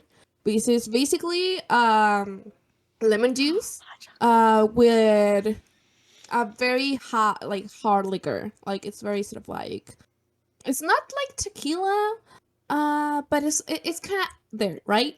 So my mom sometimes will drink it when she's sick, and she's like, "Oh, it's just helping me with the flu, right? Because it's lemon." And I'm like, "Mom, that's just alcohol." It wouldn't be like in the middle of the night. No, it was more like it was lunchtime, for example, and she would like pour herself like a little glass of it, and we were like, "Mom, you're sick. You're literally like drinking medicine." And we were like, and she was like, "No, it helps with the throat." Has tea in Like there. that. It kills all the germs that are in my throat because it's alcohol. Yeah. Like I don't know if I don't anyone think else it works had like this, that. but I've had people whenever I was sick tell me to go make a hot toddy. I think that's what they're called. Yeah, Like the that's super not bad. like super. I don't know if that's. I don't know. I don't know if that's what they're called. I could be just speaking incorrectly, but No, that's how they're pronounced. It's not going to help you. It's not. It might help you feel better because you have alcohol in your system, but it's not going to cure you. yeah. Yeah, I've heard the whole like drink whiskey when you're sick thing. Yeah. But I don't ever believe that shit. I don't drink whiskey when I'm sick. Just- My Yeah. body is like struggling to take enough hydration while I'm like getting What's- nothing else in. I can't put alcohol. What's in a it. hot toddy? What is that? I'm gonna do a quick little Google for all the ingredients. I can't because remember I'm not offhand, gonna yeah. remember all of them. What, Dad? I can't remember offhand. It is basically I'm gonna do a just classic is what I googled. Yeah, it's looks like lemon. I'm just gonna read the ingredients. Where's the? Just give me the ingredients. I don't want a whole BuzzFeed article about hot toddy. Just give Why me. not? You don't Okay. read all the BuzzFeed. No. Okay, Kay says that it's lemon, honey, 3 whiskey, and water. It looks like 3/4 cup water, 1.5 ounces of whiskey, 2 to 3 tablespoons of honey or to taste, 2 to 3 tablespoons of lemon or to taste, 1 lemon round, 1 cinnamon stick. That sounds like exactly what someone has told me to drink when I'm sick. Yeah, So that's probably what I was told that I should make when I'm sick. Mm-hmm. I don't do the alcohol part, but I do all the other stuff when I'm sick because like cinnamon, lemon, peppermint, kind of honey. Does My help your throat. my parents always do this like concoction. Ever since they learned about ginger, because it didn't used to be like a like very utilized ingredient in like Chilean cuisine, but now everyone knows about ginger. Everyone uses it. Anyway, they make this sort of like hot ginger tea with lemon and honey, and they swear by it. They're like, no, you'll be so like you'll feel so good. I'm like, sure, Mom. There's a lot of research behind honey being helpful in those ways, specifically because it is an antiseptic. We've used it goes back thousands of years. Humans use honey a lot. Ginger, it kind of rides the line. There's some evidence that it's good, not a ton. It can't hurt to have it. Vitamin C is kind of in the same boat, honestly. Like it can't hurt. It's really, I mean, some people have a lot of trouble with vitamin C. We've talked about that before, but in general, it's hard to overdose on vitamin C, and it might help. So it's not bad to have it if you can. Yeah. Unless you take medications that are canceled out with vitamin C. Right? Yeah, that's Then the don't do that. Yeah, be careful with that. Yeah, that's the catch. but My mama has like undiagnosed ADHD, so she's not like messing with any any medicine because she's not taking any. I appreciate, Quinn, how you had to skip past the top of whatever article that was to get to the recipe, because usually the articles start at the top and they tell you the life story that somehow led. Yeah. When I was a child, the hot toddy was always what we had. My sweet grandmama would tie my feet and hands together, drag Oh me my through the God. cornfield, and yell at me for 6 hours about how I never came home when I was at school. And I said, Grandmama, I have to go to school because otherwise I'll be held truant again like last time. Remember you went to jail, Grandmama? And she says, shut up and drink. Drink the hot toddy. And so let's talk about hot Went toddies. to jail, Grandma. Wait. That reminded me. So I want to know if this is like just a Grandmama Latina going to grandma. jail reminded you? I just no, but the whole sort of like topic. Oh my god. But the whole did you did any of you went to the kitchen and ask like, oh, what's for dinner? And they will tell you like it's shut up and eat. That's a dish. Oh my god. No. Oh my God. I've That is never boomer as fuck. That's That is over as something- fuck. That's so rude. Today's That's recipe. something that it's usually told like to kids here. I don't know if like new generations of like millennial parents do it. I don't think so. But whenever I would go like to like my grandma's, like, oh, Jesus. what are you making? She will like, es come y calla, which doesn't sound so bad in Spanish, I guess, It's but lovely. it translates to like Shut up and eat and be silent, Yeah. or be and like shut up and eat. Oh my You know? God. How about you just tell me what I'm fucking eating? Like, In just today's tell blog me. post recipe, we're going to talk You're about so my favorite dish, which my mama called "Shut Up, I Hate You and I Hate Myself." This dish was something we had every Thursday, Friday, and Saturday. Right beforehand, my mother would tie my hands and feet together and drag me through the backyard and shout at me that we didn't have a cornfield What here. is it that's And I said, tying "Why do you hands do and this? feet?" Like, Grandmama, don't you remember you went to jail for this, Mama?" And she said, "Eat your dinner." Good night, Grandmama redeem. I feel like we've talked about this Have twice some food. now. It has to be Grandmama redeem. Wait, no, not a redeem. Please explain where this story came from. Wait. We have one. We have one. And Let me- explain We what's have a going on. grandmama? No, we have a. Please explain what's happening. Yes, please. All right. So what is happening? What is happening is that we're talking about the recipes I had as a child, and the most recent one I had is something called banana bread. Now, banana bread's a very classic recipe. We all know it involves bananas, and sometimes you cut them and put them in the freezer to not to prepare them, but just so they're at the ready, so you can make the banana bread. Because of course, before you make the banana bread, you have to go to your holiday with your family, and you have to tie your mama's and your grandmama's hands and feet together all as one and drag them through the cornfield and yell at them, "How do you like it? How do you like it, huh? I'm taking you to jail." And they're like, "You'll go to jail, Thades. You can't do this to us anymore." I'm like, "You did this to me my whole childhood, and now you're going to eat the banana bread." I'm really concerned. I feel like Angry we've... banana bread. Thank you for redeeming that. Now we all understand So- exactly what happened. That's what I you... don't Grandma. actually. Can I please have another explanation? The same grandma. Gotcha. She was the type of like typical sort of like pre-boomer kind of person that didn't have any kind of I like got you an 18 emotional minute. intelligence, and so she expressed her love through food, right? Like once my cousin it was her birthday, and she gave us a whole pot, like the pot with the lid, the whole thing. She appeared at our house. I was staying with them at the time, with her favorite comfort food. And it was like, okay, it was like a 5 liters pot.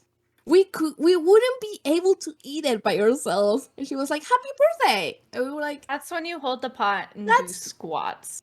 "This is very sweet.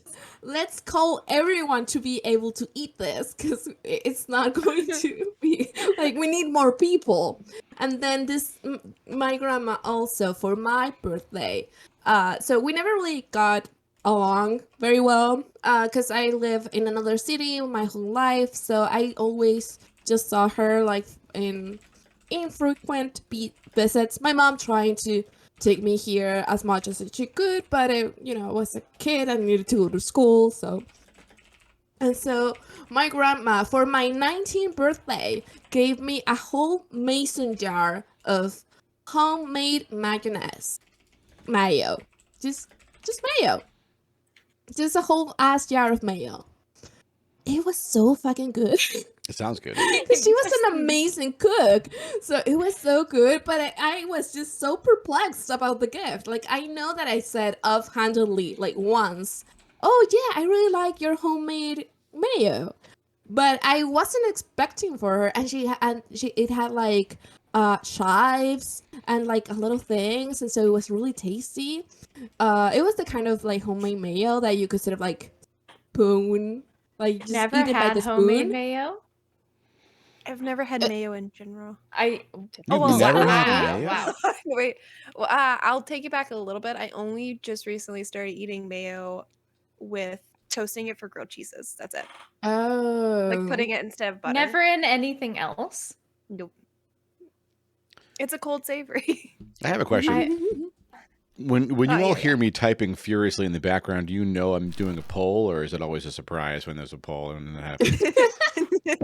Speak your democratic truth, everybody. Have you ever had meatloaf that you enjoyed? All possible answers are represented. The cameras are totally fucked up. I'll fix that right now. Please tell me what you think.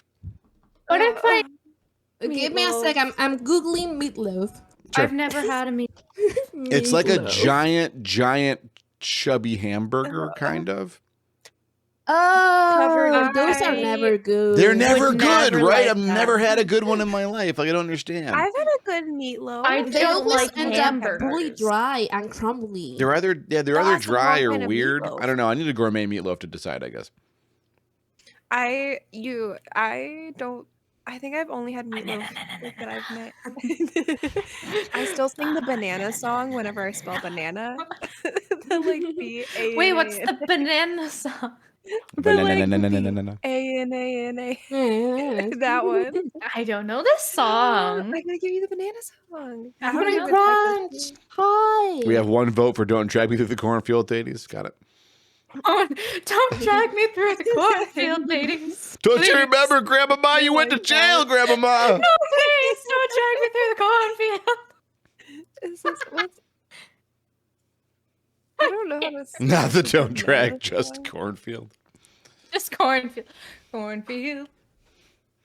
I stopped eating meat in general, but specifically because of ground beef, because I don't like the texture of ground beef. Sure. And I don't like hamburgers. I just don't like Oh. ground beef. And so a meatloaf that is the texture of hamburger, Mm-hmm. disgusting. Throw it in the garbage. is that That's the not- only place for it. Is that not what a meatloaf is? Like, I've never had a meatloaf that wasn't like essentially like just a denser hamburger at best. You can do it with like Disgusting. turkey. You can do it like turkey, like Yeah, ground this is- turkey and stuff. My The only question part is- is the texture part, and I still wouldn't like it if it's My ground question outside. is, Mm. why do a meatloaf when you can do a meatball? That is a great Meatballs question. are always Because good. meatballs That are is a good superior in question. every way. And you'd think Yeah, because a meatloaf would be Yeah, good and because you it's kind of a giant meatball, but it's like they fuck it up. They fucks it up. Yeah. maybe the But circular shape just if you- gives it more flavor. Could be, yeah, it could be. I think it's snowing. Is it snowing? It's been snowing here all Is day. it snowing? Someone's going to redeem it now. Let's I think it's go. snowing. It's supposed to get No. to 8 degrees tonight. It's supposed to get to 8 degrees. Let's Wait, go. let me change that to Celsius. I have my heater pointed But to my also, Fahrenheit bonus to of Celsius. meatballs, you can juggle them. Can you juggle And then three you can say you're eating balls. loaves? Oh my Funny. god, What are they that's called? so A cold. meatloaf? I'm so A meatloaf? Can you juggle 3 Did you have to meatloaves? do it to Celsius. I'm so late, but because I had to go, convert it to my metric system, it was like Fahrenheit doesn't make sense. Why are we all on Celsius? I'm No, not gonna go. okay. because 9 Celsius is actually like kind of cold but kind of warm. Like, it's not a bad weather, it's something that you have like a jacket and maybe like a scarf on kind of weather. But then I converted it, and that's like minus 12 Celsius, which is like Oh below my heck. freezing for us. And it's like, Yeah. what the fuck? Yeah, because, well, okay, my argument for the different systems is that, yeah, I like 0 being the freezing point, but I also like how... how do I word this? the difference between Celsius degree points is so large, and the difference between Fahrenheit degree points is so close that I can tell much easier what temperature is outside. Versus Celsius, I feel like is a much larger gap. So it's. Does that make sense? Yes. That's I the get you. one redeeming factor of Fahrenheit. That's fair. Like, Fahrenheit's about how wonder- it I feels. wonder if correct. More that- pinpointable. Yeah. Yeah, but I wonder how much that would be from if we like grew up with just kind of using it, like how like intuitively it might come.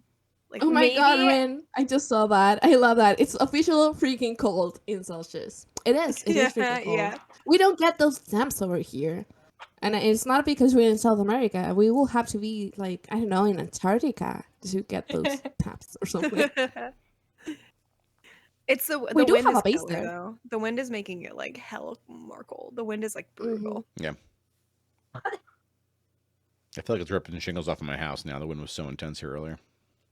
Oh my god, Honestly, it's like blowing Yeah, the stuff wind down was the rough road. where I am too. Yeah. Yeah. About the measure systems, I honestly feel and this is a conclusion that I come after meeting many people from the US and loving them very much. And so you may think that this is just me not wanting to get into fights. I just feel it goes with you will feel what works best if you grew up in that. You know, if you've been Oh, you were sure. taught. Yeah.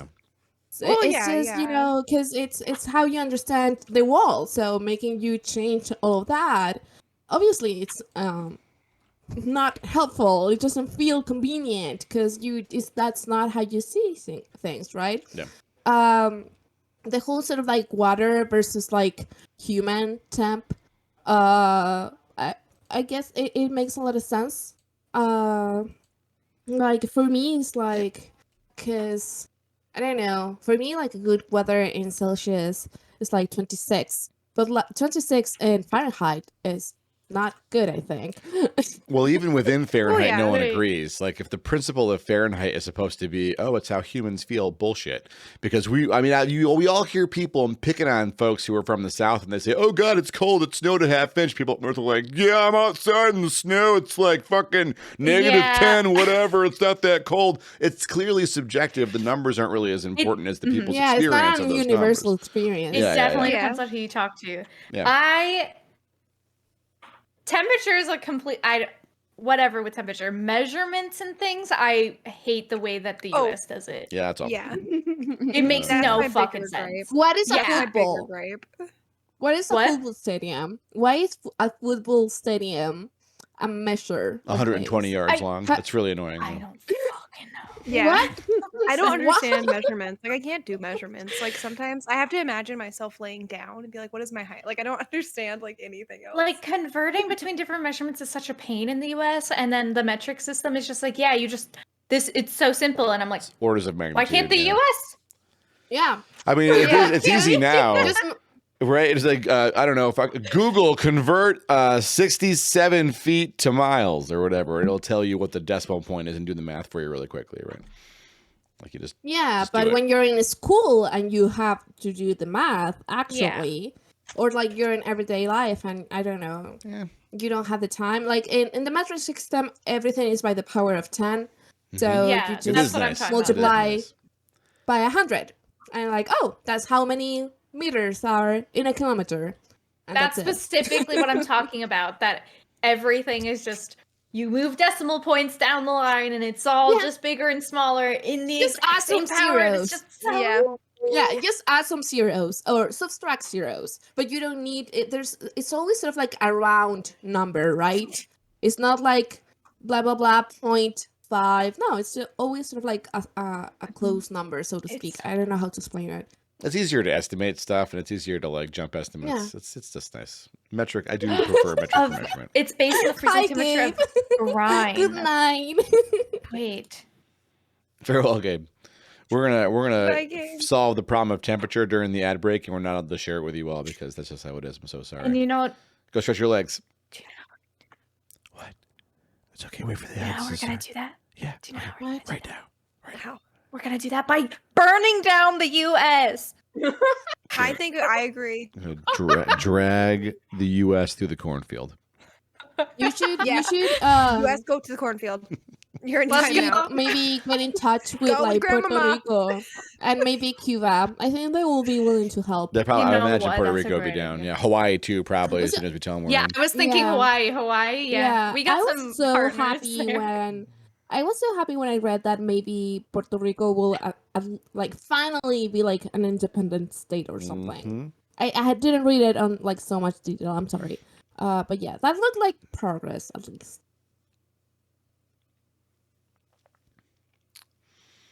But what is okay? Gabe said that 0 was the freezing temp of brine, which is true. But what is brine? Salty water. Salty water. Okay. Apparently 0 is the temp at which the most saturated brine mixture scientists could find froze. So that's when the most saturated brine could freeze. And 0 Fahrenheit was decided to be human body temperature, roughly. Instead of like 96 or whatever they say it's supposed to be. It sounds They like just that last rounded to bit. 100. They just bolted that on to make it marketable so people would use their unit. I don't buy it. I still Wait, do like how much is how 0 to 5? small the distance between each number is, because I do think it's more specific, because I've been talking about this on my stream, actually, the difference between Fahrenheit and Celsius. I Really? talked about this Is very it a topic? briefly. Yeah, I love talked that. about this very briefly.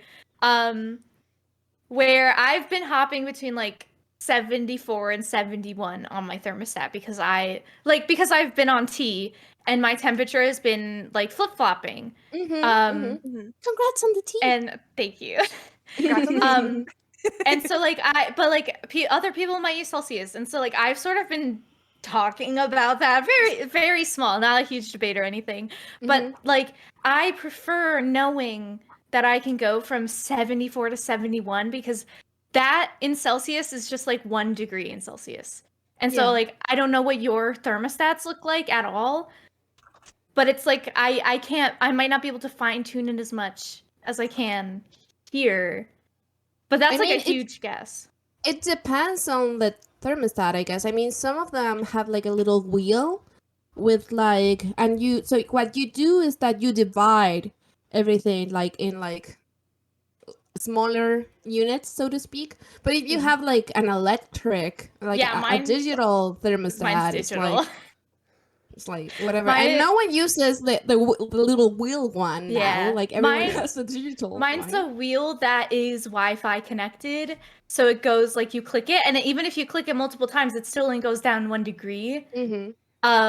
So I am locked into that degree system. So it's really nice to have not smaller I units, think- but like It the feels like smaller smaller units, yeah. amount of temperature that it's moving down. I mean, I feel like I don't think want to spoil this that, for you. and I may be like grossly like generalizing here, but I think that we haven't like encountered like a problem with that, because air conditioning, like that sort of like central sort of like heating, is not common in other countries outside of North America. Yeah. Like in most countries of Europe or like Latin America, like having air conditioning is something that the Virgos have. You know, like you need to have a lot of money to have air conditioning. Also, like, in speaking that about heating, system. though, Mm-hmm.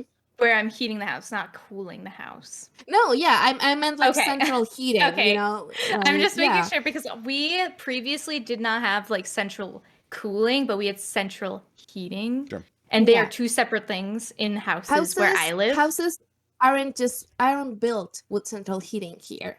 And That makes sense. And I don't think in Europe as either. Yeah. So it's like an added thing that you put if you have a lot of money. That What makes people sense. mostly do is that they make sure that the crystals, like the glass of the windows, is isolating enough, so you won't have that sort of like that, so that it keeps warm and also it keeps cool. I don't know how to So, explain it. The manufacturing of the houses is actually quality, so then the consumers don't have to pay more money, whereas in the US they want you to pay more money on the other stuff. I see. That's probably what Yeah. it is. I mean, there's like I really. mean, we also have I mean, in my country, we have a specific way of constructing because we're a heavily seismic country. And so the whole way that we make up buildings is different, so it's made so they can sustain high energy, like high seismic energy, right? So that makes it so that things usually have like higher ceilings, and like they're made of concrete, and that insulates temperature in a different way, as it will be like, I don't know, in wood or like other sort of like construction materials. So we mostly have like little, so in order to sort of like heat up a room here, you will just have like a little heater. We have like those sort of like Japanese ones, the Toyotomis, that work like super well. They heat up the room super fast, and you can just have them sort of like there. But central heating is not much of a thing here. So I wouldn't know how type of thermostats we will have. I mean, you will find thermostat in like office buildings, like in more sort of like places that you will have a lot of people, like malls and like office buildings, hospitals, that you need to make sure like the temperature is like a certain at a certain level, but not in like your day-to-day house, unless you were like well off. And I've always been sort of like very fascinated by the thought of people that have like ceramics, like your bathroom floor, right? That you can heat up your bathroom floor, so when you get out of the shower, it's warm. I'm like, that is the most unnecessary but also fascinating thing. Like, I want it. Yes, of course, my feet to be cold.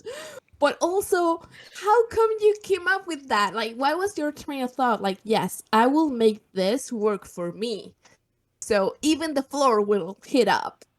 I'm just like, When you put it that way, it kind of sounds nice, amazing. but I probably wouldn't have paid does the sound additional nice. for it just the same. Yeah. Yeah, I've seen that Lost. So I got so there was this time that you will watch like on regular TV here, like extreme makeover, like house renovations and things like that. TV. I love that, but also I Love was bad so reality TV. confused by the way they will make houses in just like a couple of days. Here, that's thought to be like not a good house, because it's not concrete. So it's like someone you will see in like people that don't have, the means to get like a concrete house. Or because they live, or there are like highly traditional places here that have like a tradition of having like houses made out of wood, and so it's sort of like normal over there. But it's not like you will see, even in towns, like small towns, you don't see like a lot of that. So I was so confused, like, but what if like there's a fire? Like your whole house goes up in flames. I was so confused about that when I was a kid. That's a big thing that I actually fear. I don't know if brick houses are better at battling fires, but I love brick houses. I think they're beautiful. And I like, my dream is to own a brick house. Yes, I mean, I like brick houses. In modern brick houses, will have like a with wooden concrete and interior. brick houses, so. if it's a big as like fire, if it's a forest fire, for example, if it's a fire that didn't start up in your house, everything will get into ashes. You will just end up with the walls, right? But if it's a fire that starts in your house, it is easier to sort of like control it, because there's not so many like the walls are not flammable by themselves, right? So if you have like a quick reaction to it, it won't end up being like a complete disaster. But yeah, that's very interesting to me to think like, oh, like you don't have that. I mean, that's great because I understand that it follows another way of living. I understand that, or what I've been told is like, oh, you guys get like, I don't know. Like whenever, like I never understood it quite well when the fact that the U.S. gets tornadoes, and so I'm always like, Some parts of the U.S.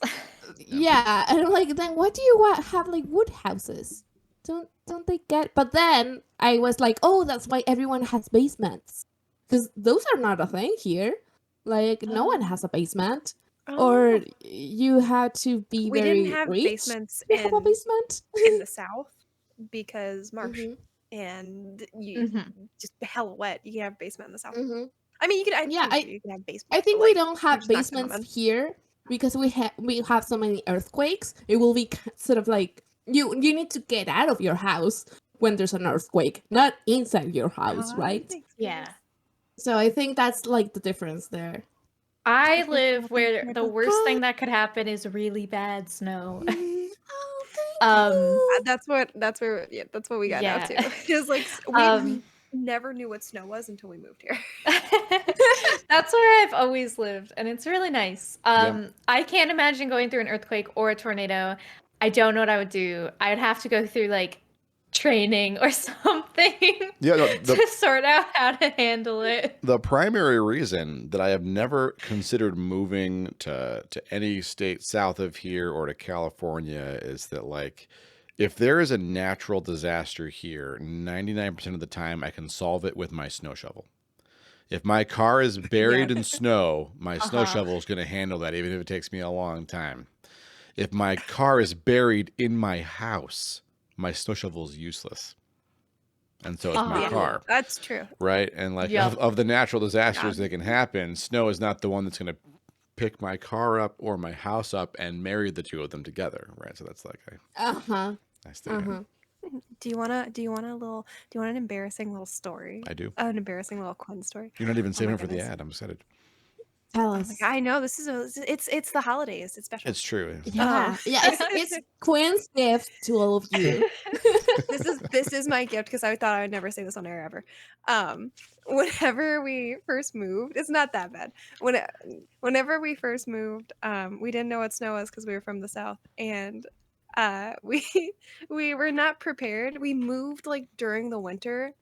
On top of it, apparently we moved on top of like one of the years they just happened to get the most snow in like years, like a long time. Apparently they just had a Mhm. blizzard whenever we moved. And we didn't know about what happens and to the degree a car gets buried under snow. Oh yeah. And we were not prepared for it. And what did me and my roommates do? We went across to our to the first place we can go, and we got one of those little I can't. Oh We got one no. of those little I'm Listen. sort of anticipating the story. I'm sorry. They're so good. I can't hold it together. We got one of those little sweepy dustpans. Yeah. My roommate goes out to the car and starts sweeping it off and is trying to use the tiny little dustpan. And somebody comes out of their house and is just like, "Are y'all okay? Honey. Do you need help?" And we all three just go, "No." Oh my god. Like No. we were so Oh my god. we were so like we didn't have to go anywhere. We were just like, what do we do? And our The solution was go to the hubris of store. ignorance. You didn't Go have to to the go store. anywhere, and you were going to all of that trouble. Well, Oh we my thought we God. had no idea what we were doing. We had never seen like I think the only other time before that I had seen snow was like once in my entire life had I ever seen snow, and it was like mushy snow. It wasn't like snow. Mhm. And we were just like, well, what do we do? Do we have to unbury it? We have to unbury it. Like No, we you can't don't. You leave it can't just there. leave it. I mean, no, Carl will get towed because the tow truck will pull that shit out of the snowdrift and it will damage Yeah. the car, and the car will have been towed. Oh, Yeah, yeah. You live in an Yeah. apartment Yeah. without your like a parking lot. Also, No, I we do. once We have a parking garage, but it sucks. we had a snowstorm years Oh. ago where we got. I mean, some of you might remember this if you live in the Northeast. There was a storm that dropped like multiple feet each week. It was crazy how much snow we were getting. This is what, like, maybe 8 years ago or something. And at one point, my car was in the back of our driveway during a storm where it dropped 2 feet, and then some city plow pushed the city's street snow into our driveway. My car was trapped. Oh my There was no God. getting it out. No. And so it just stayed there for the entire season until it melted enough. And I had a host of my buddies over, and I bought them beer and pizza, and we just spent the entire day digging it out. and That's it the was worst. still God. mobile, Badass. but all 4 of the wheels needed to be like literally broken off of the car and welded back on. It was so rusted out underneath. And this was a car that was not that old, but being buried in the Dang. snowbank and like having the snow like Yeah. constantly shift and melt and freeze and stuff, it can hurt your Yeah. car. That's the You worst. do have to dig it out. Don't just leave it there for a few days. That's fine, but not for like a Yeah. while. I mean, if it's as much so as you're saying, yes, dig it out. But It's a like if it's nightmare. like a little brush of snow on the top, Oh, that's fine. No, this I was can leave was it. gonna this was say- buried. Our car was like up to like door level of buried. That's like wild. it was like in deep snow. Oh, And that's we rough. were trying to brush it off with I- the little dustpan.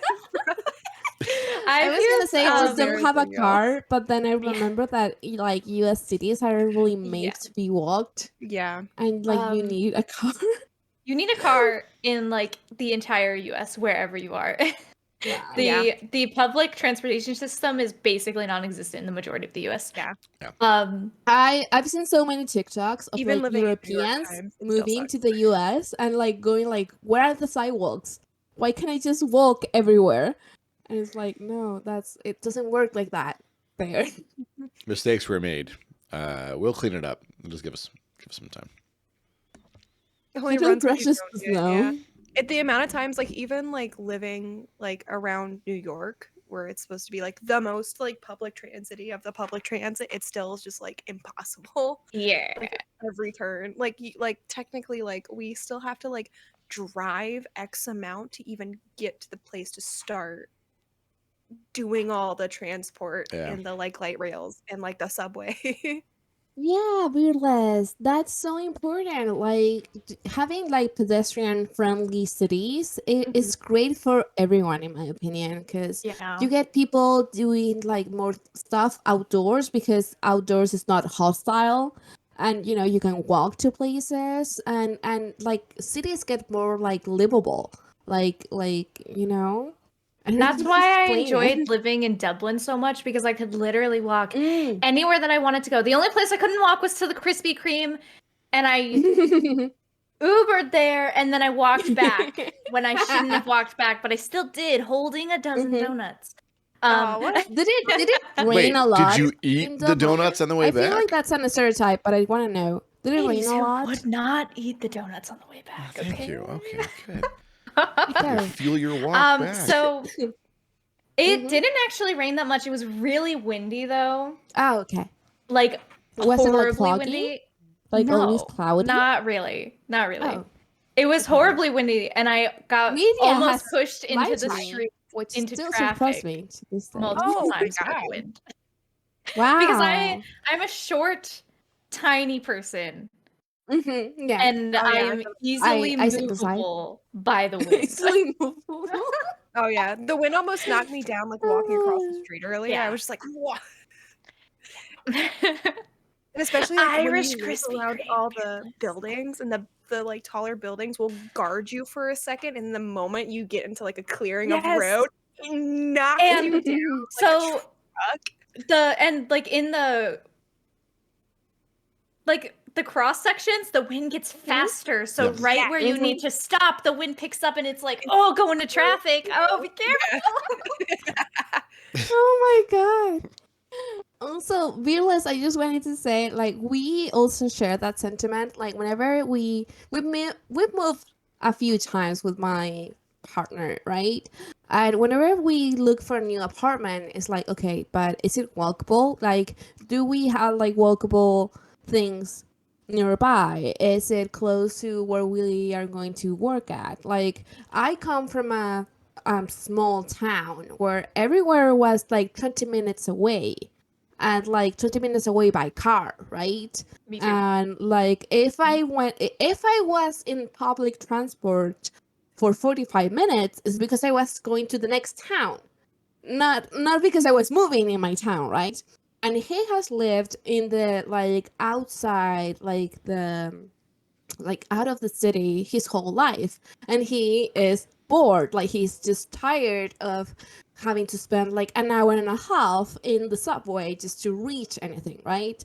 And so we're always like, okay, is it like half an hour in like subway, like in the subway ride from our places of work, if it doesn't like pass that very specific like requisite, then we just like it's we discard it. Like no, it's not like we don't want to spend so much time like just going through a place. Me because I'm not used to it, and he because he lived like 20 years of his life like that, and he didn't have a good time. Like it's just tiring. It makes me so sad how bad public transport is in the US because the like being able to walk, like, okay, I keep referencing Ireland, but it's because it's the only walkable city I've ever lived in. Yeah, it's your only personal reference. We Yes. understand. Um and so like I lived where I could walk to buy my groceries, to go to school, to literally do fun whatever things with friends. Yeah. And that's all I want for anyone that wants to experience that, because it makes life so Easier. yes, easier, less expensive if you don't want a car, if you don't want to pay for Yeah. an Uber, whatever. Like, and I didn't even use like the trams that were there. Like I used them like 3 times maybe. For literally for class stuff, like when I had to go to the theater for my theater class and it was way on the other side of the city, I used it that time. And that's about like for things that I had to do.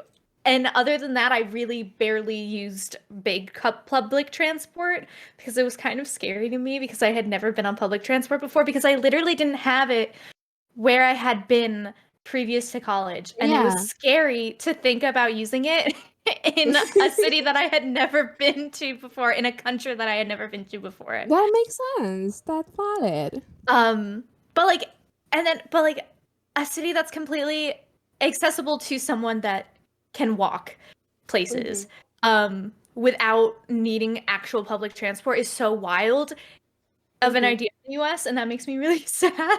Yeah. And think about how you were someone who was not from there, and the city was like welcoming enough that you could easily sort of like understand like where you needed to go, and things were like in a walking distance, and so that makes you feel like more sort of like things aren't so hostile, right? You don't need to sort of like jump through hoops to be able to do basic things like buy groceries.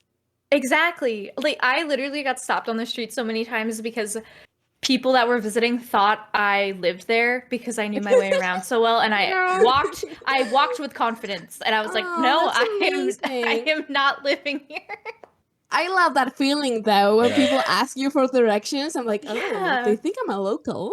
Yes, it felt good because I was like, yeah, thank you, but like I probably don't know where you're trying to go. That happened to be a couple of times in Iceland when people just like one look at me and started rambling at me in Icelandic, and I thought, and I reached for my book to try and figure out what they're saying, and they would immediately be like, "Oh," and then they would start speaking to me in English without skipping a beat. Wait, you lived in Iceland? Oh no, I didn't live there. I went there for a glorious week. You can't live in Iceland without being a student there or learning how to speak Icelandic fluently. You can't. They won't let you live there. I looked into it. I really wanted to get. I really wanted to move to Iceland when I was there. It's really. I'll learn how to speak Icelandic just to move there. That's really. It's really incredible. They're so good. I feel that to a strong degree. So good. I mean, they might have stronger immigration. I get that. I really get that because, you know, if life is not the same for everyone, right?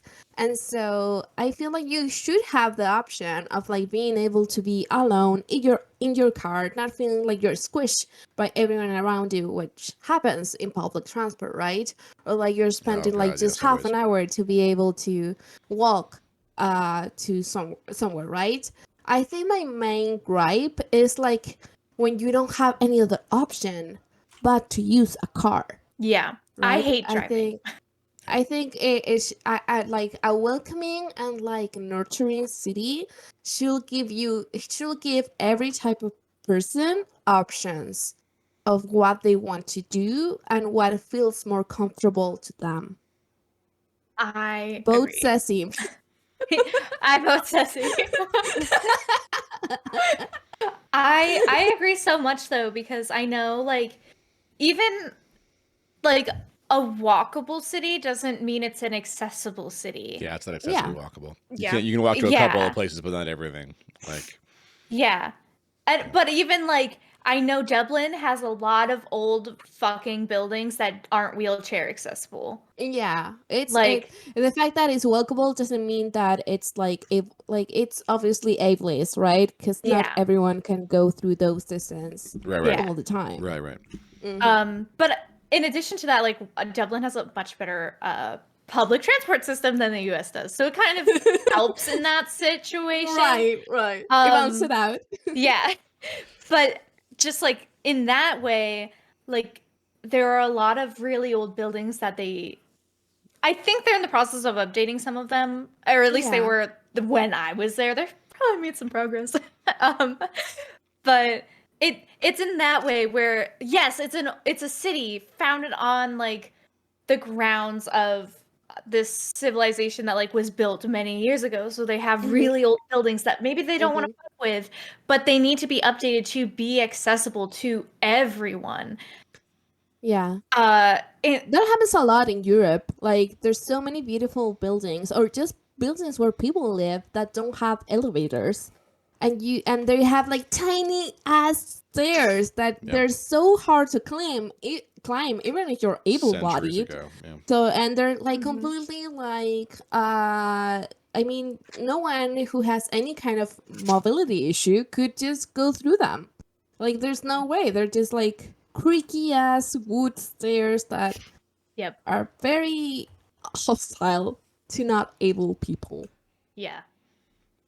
It's difficult. I know and I don't know if anyone here can even speak on like how ableist cities are because like Yeah, we're all Yeah. more or Like, less able. we can walk. Yeah. So like there's it's we can't speak to that part of disability at the very least. But like even if cities are walkable and decently like not accessible, but like public transport available, doesn't mean they're fully accessible, and that it makes me so frustrated because there's not going to ever be a perfect city, but like just a better city is what I want. I just want something. It doesn't have to be perfect, but it feels like it is specifically purposefully not good enough. Yes. Like it feels purposefully inaccessible and purposefully not, especially in the US, not public transport available. Like I feel like the US purposefully wants to make people need cars. Need to purchase money in this situation. Yeah, of course. All right, and I hate to be the one to speak in defense of the United States of America because this place is fucked up, but that one thing was not a thing they like manipulatively decided early on. There was no twirling of mustaches. It was a mistake. I mean, think about how things developed in the United States, right? So you have like our cities, they kind of grow like New York, Boston, Chicago, LA, and they kind of grow randomly. Like zoning will make things so these big chunks, and the zoning is absolutely a mistake. Like it should be a little bit more sparse, like the way residences are just like so far from commercial. Getting to a grocery store is a pain in the fucking ass, right? In ways it doesn't have to be, right? So cities needed a better planning early on, but like after like the World War II, right, when we came back and had all sorts of tons of money and like people were like very comfortable, and we started like putting industry and businesses out in new places, and people were spinning out. Everyone wanted lots of space to live, and everyone wanted to be not close to the office or whatever, and so that kind of is where the beginning happened. So moving out to new places. So maybe it was on purpose, but it was actually like voters that made those choices for themselves because they thought that the world would be nice that way. And like, oh, now we can all afford cars. Before we couldn't all have cars. They literally couldn't all have cars, and now we can. So let's like all have cars and drive to work, and it'll be great. And like have a nice big Lincoln Town car and live your life. This is all pre-Ronald Reagan. So even now we can't all afford cars. No, well that's post Reagan. Yeah, Reagan. Yeah. yes.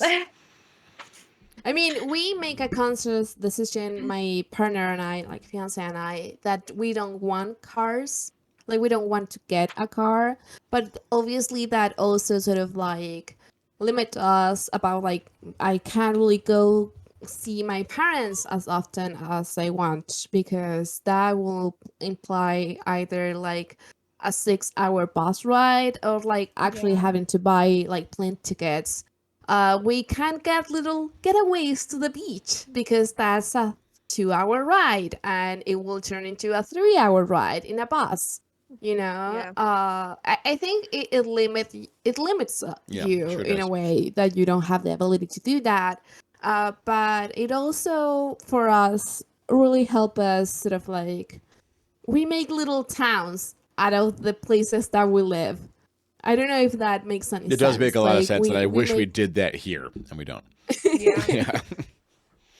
like the place No. that we're going to live now is like right by a park, you know, like just a couple of blocks away from a park. We have like everything we need in like a walkable distance, or just like taking a bus, like or taking the subway, and it's like less than half an hour away.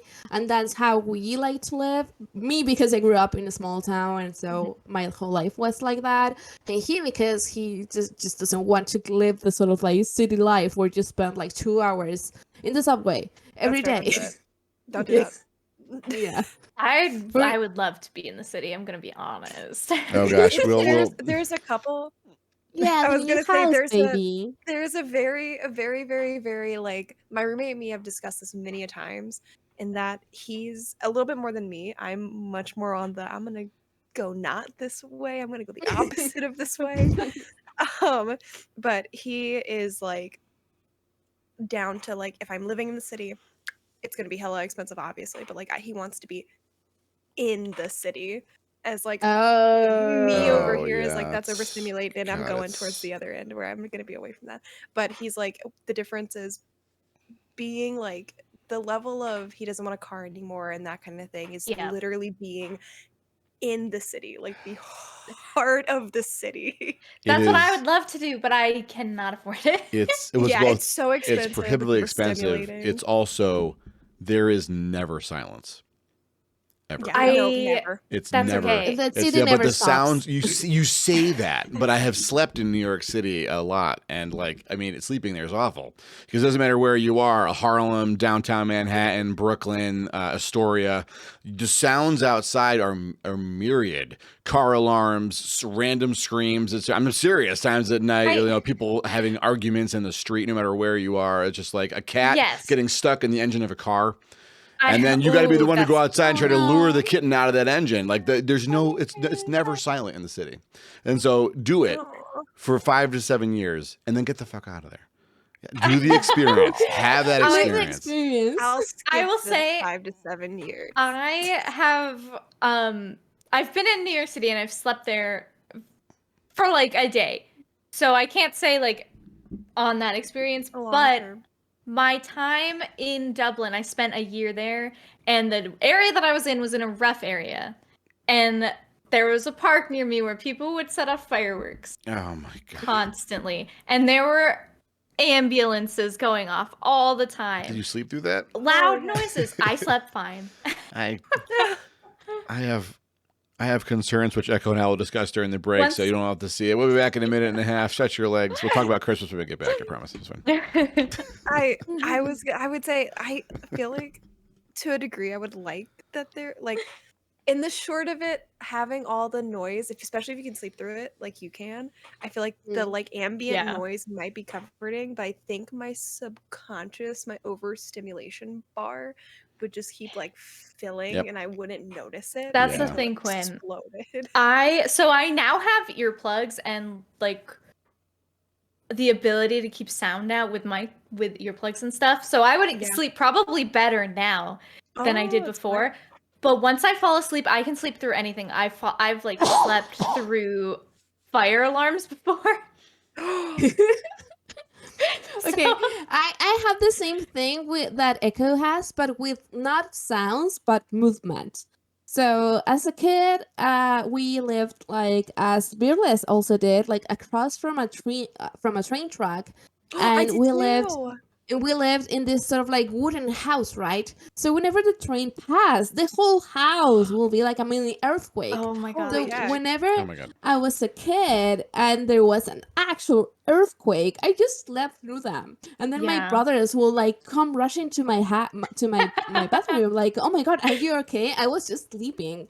Like I remember one time I woke up and I was so confused because we didn't have stars in my bedroom ceiling. And then I realized it was because we were outside because there was an earthquake and we Oh my had all gosh. evacuated the house. And I was in my dad's arms, right? It was like, "Oh, what happened?" And he was like, "No, no, honey, everything's okay." And then my mom is like putting like overalls over my pajamas just in case. Aw. It was like, That's okay. And my brothers always tease me about it. Like, I don't know how you can sleep through them. I'm like, I don't know. I just sleep. I don't feel them. I will say also, I think the one thing I miss the most, and I feel like it would get worse and worse the closer you get to the city, I miss the stars. Because of They go away. Oh, They go I miss away. the Yeah. stars The so light much. pollution's crazy. The pollution. Yeah. No silence, no stars. I love stars and like I do looking miss at all, that I as can't well. see them anymore, Yeah. and it's Yeah. so sad. Yeah, this city has smog as well. It's just like Oh, I see a cat going up the cat tree. I love I think Oh yeah. That's their I that's- so I actually had a best friend when I was younger that had a house literally right next to the train tracks. So like her house had like a little dip right next to it, and then there was train tracks. So her house would shake with the train tracks too. Mhm. And I slept fine there. Like I slept through it whenever the train would play. That- No problem. That's literally That like is an mine. I had the amazing same thing. trait. My neighborhood was literally neighborhood, house, and then like a dip, and then train track. Just Yeah. giant train Ugh. track. Uh-huh. Yeah. And I think I would miss the stars, but do you know what I wouldn't miss?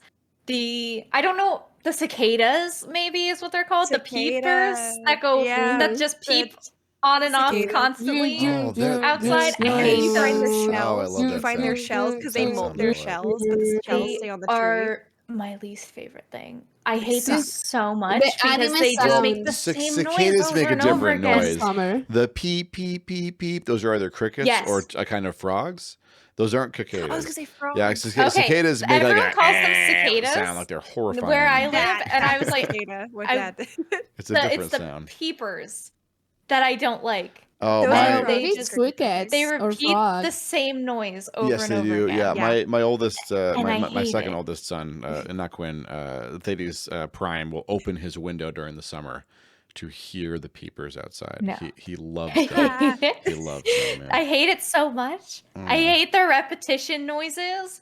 Those are the things that get me. Sure, the no, I get that. random Yeah, noises yeah. are okay, but the repetition Oh. noises that go on and off forever. Then you should move to New York. Like you should live in Astoria. It's a really nice that's place. very- Yes. Like if you're not Echo, bothered that's by the very, like, noise, the thing I miss spicy about brain of Astoria is the you. food. It's so fucking incredible. The food there is great. Yeah. It's really good. Yeah. That's very spicy brain of you. the Like peeper for like I don't like the Astoria? noises that could turn into a white sound, like a white noise. No, I like the random ones.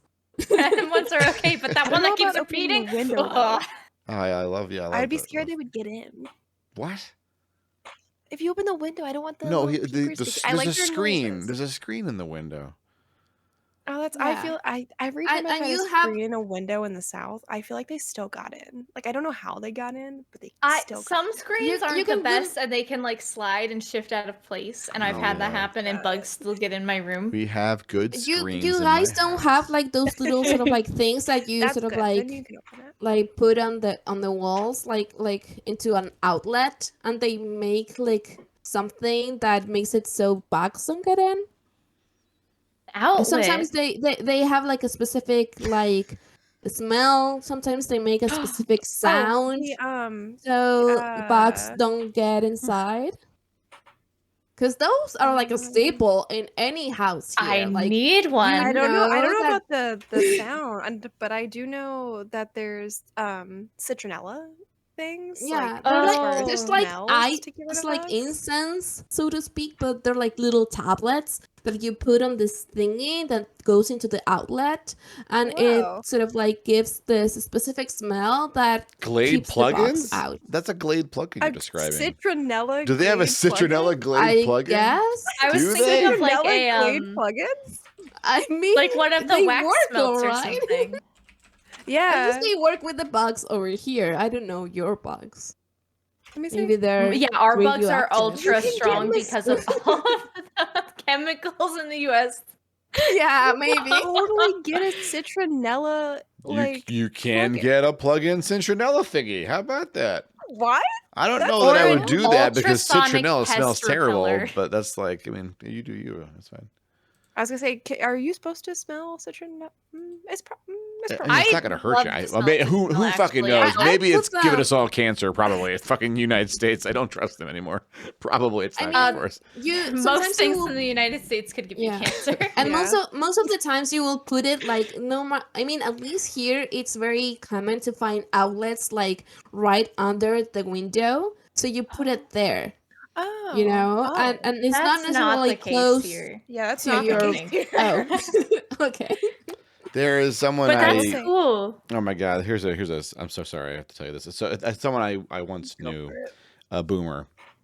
Let's put that out there. That is an Oh. accurate assessment of this human being.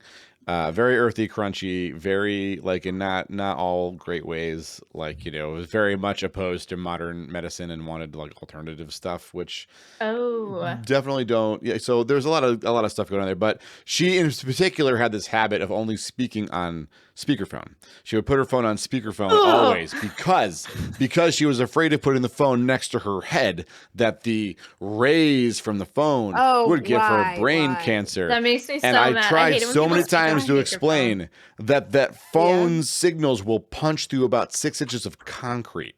Okay? Like, it doesn't matter where that phone is. If it's in the house with you, you're getting hit with that shit. So you need to either put on a literal tinfoil helmet or a Faraday cage on your head or stop using the phone and move to the woods because it's not going to help you. It's not going to help. I said those things more gently to her. I just want to make that clear. Just for the purposes of this anecdote, I'm being quite rude. But yeah, there's the, now you know that there are people out there who feel that way about cancer. Okay, giving but symptoms. also, why do people have the need to talk on speakerphone? Oh, because the phone might give their brain Just cancer. in general. Yeah. No, but like I know someone that like they don't believe that shit and they just like They do go it around anyway. talking on speakerphone anyway, and it just makes me so You know mad. I don't know. The only Hi. people that I know that I talk in speakerphone are my parents, and they're like 60, so it makes sense.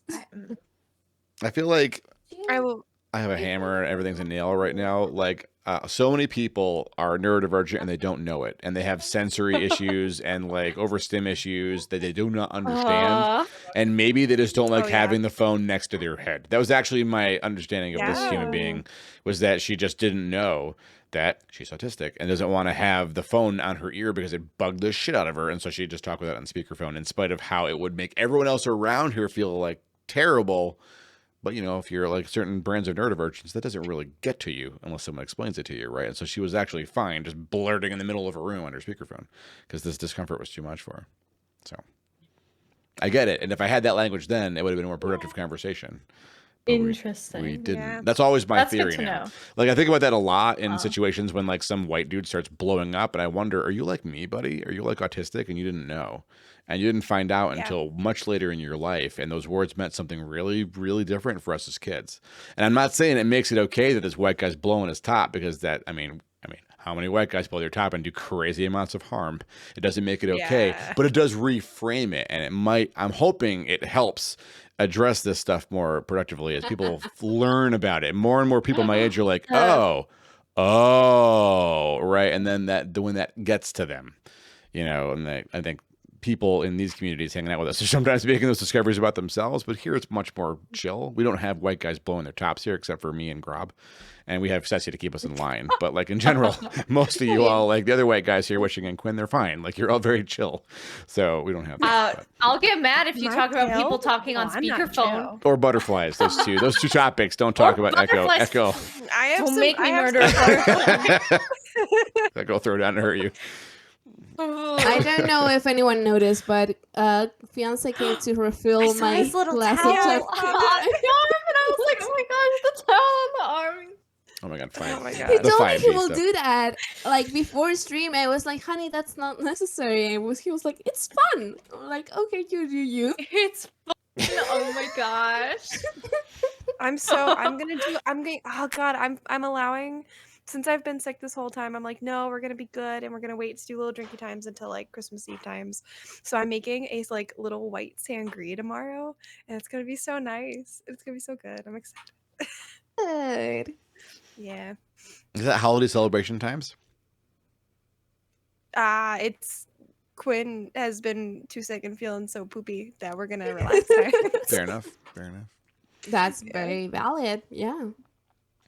Yeah. Is that Thades trying to get back into the actual topic? Time? Mostly, I just have. I I was wanted gonna to. say, I'm I trying to wanted give to us tell segue. like stories about my holiday, but it's okay if we don't. You know, I let the conversation go where it Do it. does. Like I have like all sorts of really annoying sounds I can play to get attention if I really want it. Like I like to let the conversation go the way it does. I mean, it is Does true. that count as blowing your top? It the, would if like, I sound did that. effects. Like if I just started blowing the horn or whatever. Okay, right.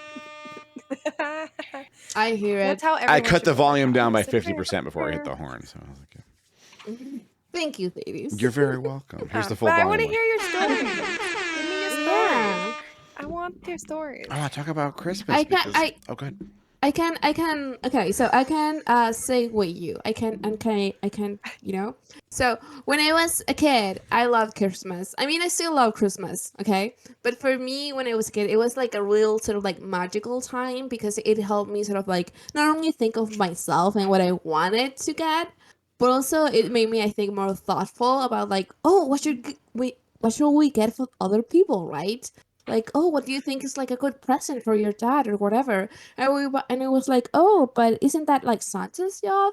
My mom will be like, yeah, but sometimes he needs a little help because there's so many Oh, kids that's like out in the Aw. world, you know. There's so many places that he needs to go, so we just helping him a little bit. Oh, that's great. Yeah, like cute. I felt like I was sort of like helping like this, you know, great guy Santa, and it's like, oh yeah, we should do it. And so then next Christmas, I will like come up to my mom, like, okay, mom, I was thinking, like, since last year, and we could give my dad this thing and my brother this other thing, but because I know he likes this other thing. I was like, also, my mom, okay, so when I was a kid, I have like a 13 year difference with my brothers. So I was like the closest way my mom had to understand what my brothers actually liked because they were like in college. They didn't really talk to her. Like they were like super over my mom. But I was like the tiny sister that would just tag along to things. So I was like, oh yeah, he likes this game. Or I was like, oh yeah, he likes this, you know, like this TV show or whatever. I'll help Santa. So yeah. I like that. So adorable. Yeah, that's cute. But also, my letters to Santa were fucking huge. I will ask for like 15 different stuff. I was like 8 or 7. Like, I didn't need that much stuff. And my dad, that I love very much, but he put like no boundaries, he will buy me the whole thing. Well, also, we were privileged enough, so he could actually buy me all the things that I liked.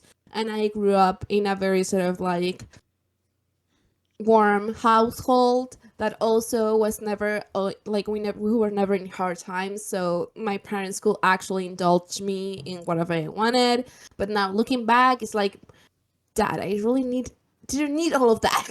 Like I would have been happy even if I didn't get like the last planner from whatever, or like 56 different gel pens that I wanted just because.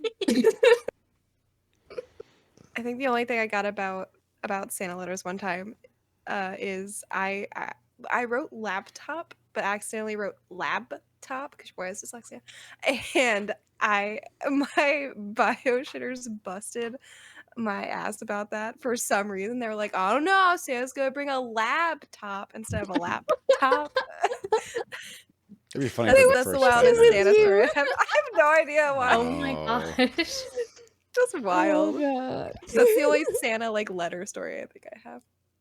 My dad still has. Sorry, I'll let you talk. Sorry, Thades. This is just like my I love you so much. You go. This it's is fine. one of like my most cherished thing. My dad, I'm like a huge sort of like, my dad is like amazing. I love him so much. I'm still a little girl sometimes with him. He still has one of my letters to Santa in his wallet. Like, Aww. That's the so thing is like precious. almost like completely faded. I think I wrote it when I was like 12, and he still has it. And he told me like a That's few so years fucking ago cute. that sometimes he reads it just because. Oh Like, just to no. remind himself of that time. Like, Dad, stop trying to make me cry. Aw. It's like you don't have to say I'm gonna this. cry. That's too fucking cute. I can't. I seriously love stories like that because it reminds me that there are actually genuinely good parents out there, and like not everyone has shit parents like I do. Right. I know that Yeah. me and Echo are just like, look, on a light note, on a light way. We like So- hearing these. So to open up that statement, so yeah, I had like a very blessed childhood. My parents were like super attentive to me and like tried to like cover all of my needs as best as they could. But also they're humans and they are the reason that I have an anxiety disorder. So yeah, even like well-meaning no, people, understandable. good people can have like a bad influence in other people. Yeah. So Yeah. don't feel like, they were oh, it's completely perfect. alien. Yeah. Yeah. Like they were great in some aspects, but my mom is very controlling. So my whole college, it was like this sort of like there's this specific blade, like this sword over my head, right? Of like what I needed to do and how well I should do it and things like that. So I had a very beautiful childhood, but I still ended up a little spicy brain. Spicy brain Yeah. adult. I'm calling I it didn't- that from now on. I'm saying I yeah, ended my up a little my spicy. spiciness didn't come up out of like from fabric. It was homegrown along very many years. Oh. It was It's aged. It It was aged like the for many cheese. years. It's all back to the Exactly. cheese. It's Being- all Go back to back the to- cheese. Being Goes dragged back through the to- cornfield again and again, and it strengthens you. Oh. Wait, but okay, before we get back into Christmas talk, I have to say that's so fucking important to take note of, that you can have great memories with people and still Yeah. realize they did shitty Yeah. things and Sure, they of hurt Of me. course, yeah. Especially around this Yeah. time. Like, And, I feel like- that's super important.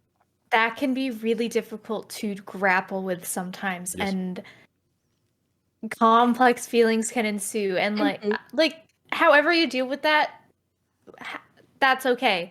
Like, Yeah, it's valid. Yeah. yes, Absolutely. healing yourself, maybe you go to therapy, maybe you work on yourself by Always yourself, therapy. that's okay. Mm. But yes, I'm always an advocate for therapy, but Oh, like yeah. not everyone Yeah. can do that Yeah. and be comfortable with Yeah. that. It's hard to find a therapist. but- It's hard to like choose a therapist. It takes time to work. Yeah. It's with hard them. for It's a insurance road. to cover a It's- It's a whole therapist. It's really process. hard. Like my most recent therapist, for getting a letter for transitioning, literally told me that tea would make me angry and worsen my anxiety, so I dropped it. Oh my Good. god. Dropped it. That's so cool. Yeah. But like, and if shit like that happens, find a new therapist, because they're shitty and they shouldn't be Yeah. telling you shit like that, lies. Yeah. Yeah. And they shouldn't be making you feel worse about things. Yeah. They are there to Yeah. help.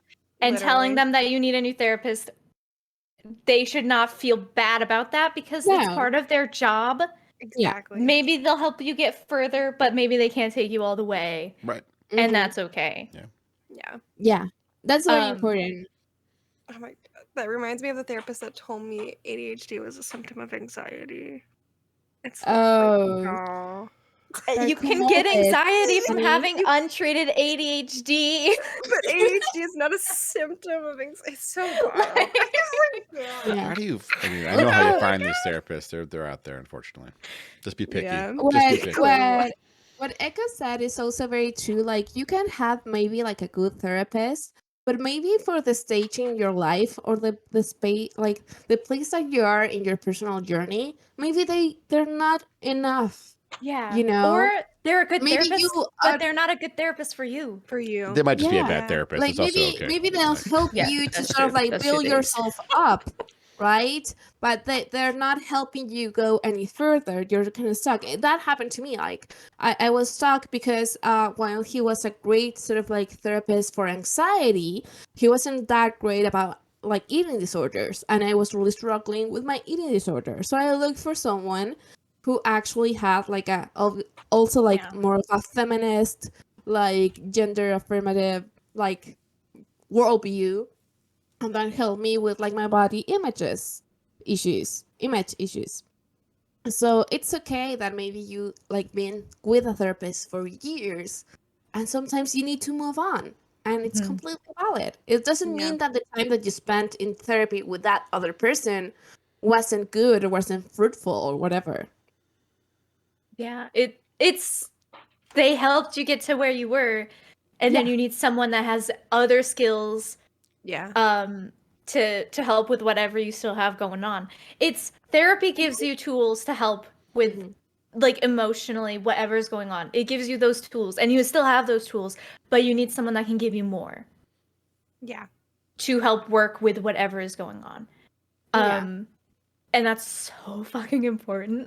Like If I maybe have a this therapist has this certain tools that they can help you Yeah. with, and then this other one has more, and like they can all share. They can all give you could- more.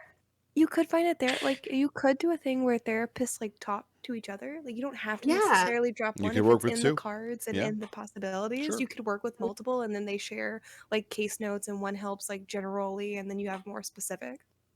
Yeah, my nephew is in that situation. The nephew that used to live with me, that I love very much, my trans nephew.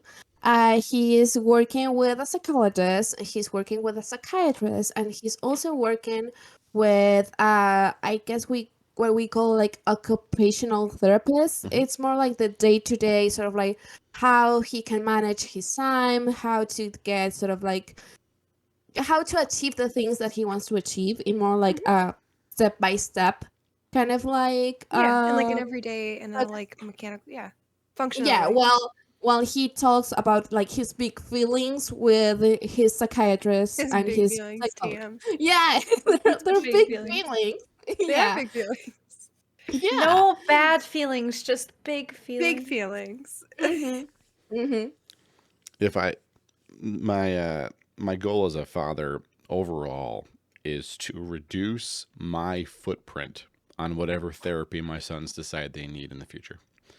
And so, like, I don't want to fuck them up, right? I try to do as little as possible so that when they get out in the world, they're not like, oh my God. Like, I mean, I have plenty to say about my entire fucking Yeah. family tree, for which I am the barrier between them and my new progeny.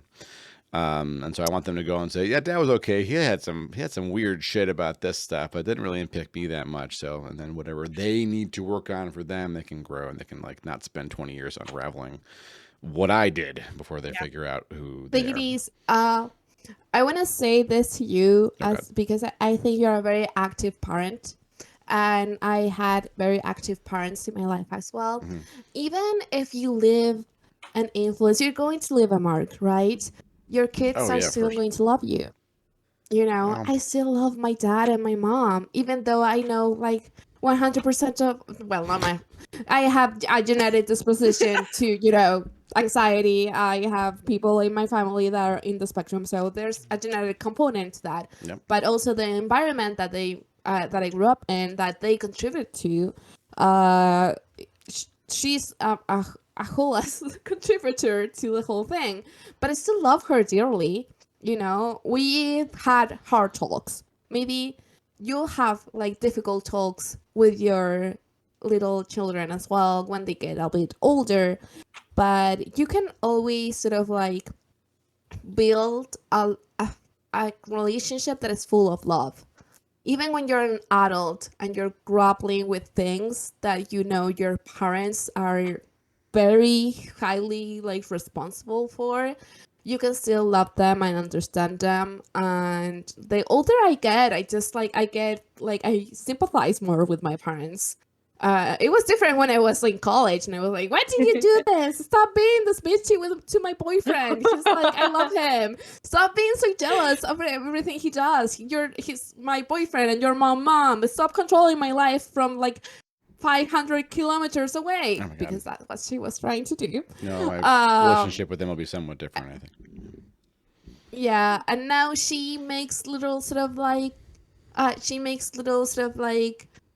always makes like hunters for him, and he brings gifts to my partner. You know, there's always space for growth if there's a level, like if the foundation is made, it has been nurtured by love. Damn, I'm That's what I trying. want to I'm say. trying. Thank you. Yeah. Like, I mean, the blow for blow is funny, and I mean, I know it doesn't mean anything in the grand scheme, but it is hilarious when you said that. The first thing I thought of was like, every time for the past few months now, when I ask, hey, can I have a mooch? I want to do a mooch bye-bye because it's time to drop them off at school or drop them off with their mom or wherever they're going, there's activity, friends or whatever. Like, my youngest will almost always, Thades Omega will always like, just kind of run over and go with his tiny little mouth for a mooch. Unless he's really engaged with something right away, I'll be like, can I have a mooch? He'll just, without even looking at me, no, and he'll run off to do whatever. No. So there's just no mooch for daddy. And Thades Prime will always respond, but his response is to walk over and lean his head and point here. That's where he wants the mooch, nowhere else. And I'm like, do you want a hug? It's very rare he does not hug me by coming in from the side and having it here. He doesn't want it in front of him or behind him. He wants it on the side every time, right? Yeah. So they pick their stuff.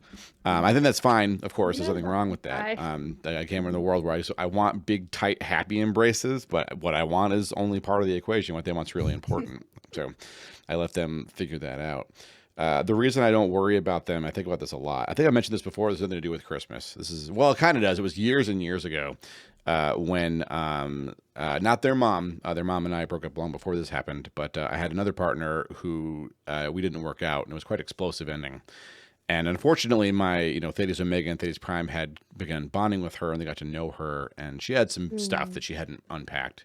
That when you're with someone who's a safer person, to out myself as a better partner, you confront those things, I've learned. And she wasn't ready. And so she exploded out of our lives, and it was just a bad breakup, unfortunately. Like, she was like crying, and ambushed me with a moving truck. It was really scary. Honestly, I didn't expect the moving truck. Oh, wow. Right. And then she's like screaming, I love you. I don't know why I'm doing this. I'm like, yeah, me either. Because our couples counselor and my therapist and her therapist were all like, what the fuck is happening? Like, no one expected it. I'm like, you know what? We clearly need some time. So you're now moving out because you paid for the truck.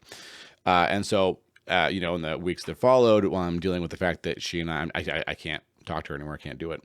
I put them to bed, Cecil Omega and Thades Omega and Thades Prime.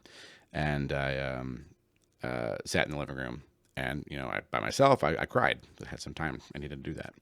And then I realized I was being watched, and I looked up, and it was Thades Prime standing there. At the time, he was 5, and he's just looking at me from the hallway. And I'm like, "Hey, buddy, are you okay? Do you need water?" And he said, "Are you okay, Daddy?" And I said, "But buddy, I'm fine. I'm just, I miss our friend. I'm just dealing with those feelings, but I'm gonna be okay." "Are you okay?" I said. He said, "You're gonna be okay, Daddy, because I love you." And I said, of course, I'm trying not to lose it again. I'm gonna sob. I picked I picked the tiny boy up, and I take him back and say, "Thank you very much for showing me love and care. That does help me feel stronger and safer.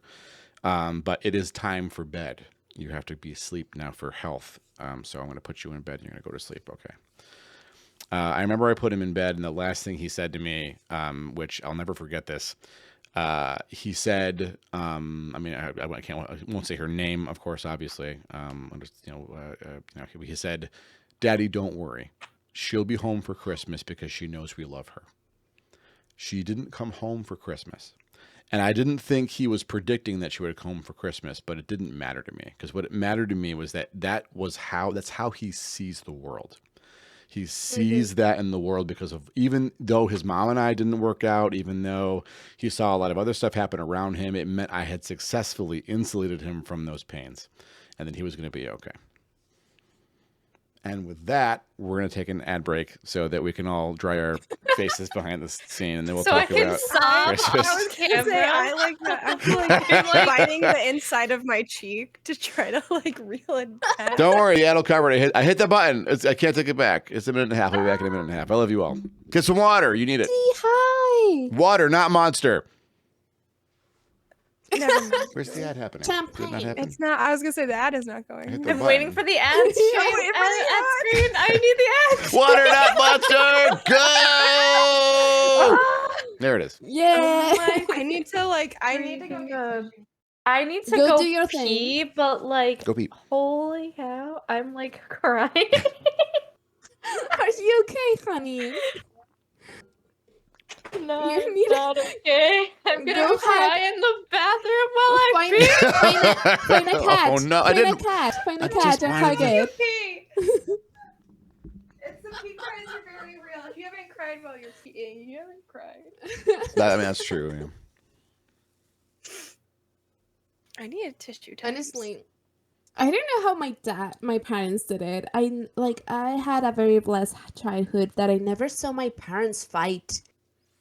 Like for me, my parents' relationship was absolutely perfect. I never understood parents that scream at each other.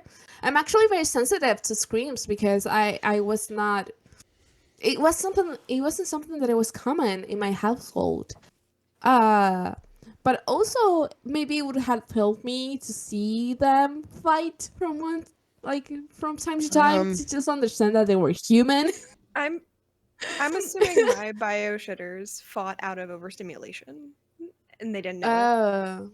I'm assuming That's- like 90% of fights come. No, yeah. I mean, again, I see neurodivergence unseen everywhere as the cause for some struggle like that. But like, I mean, so in terms of like whether seeing parents or adults fight is good or bad for kids, I'll say if the conflict has a healthy resolution that is visible to the kids, then it's absolutely great. That's true. They have to see Yeah. both people own the fuck ups and apologize, say they're sorry, show Yeah. both promise for growth and also actual growth. I mean, I grew up in a home where physical objects were thrown. I was hurt physically. It was a dark fucking sorry, time in my Thades. life. Thank you. It's okay. I mean, I'm clearly out of it now. My sons don't know that world. They never know that world. Yeah. Right.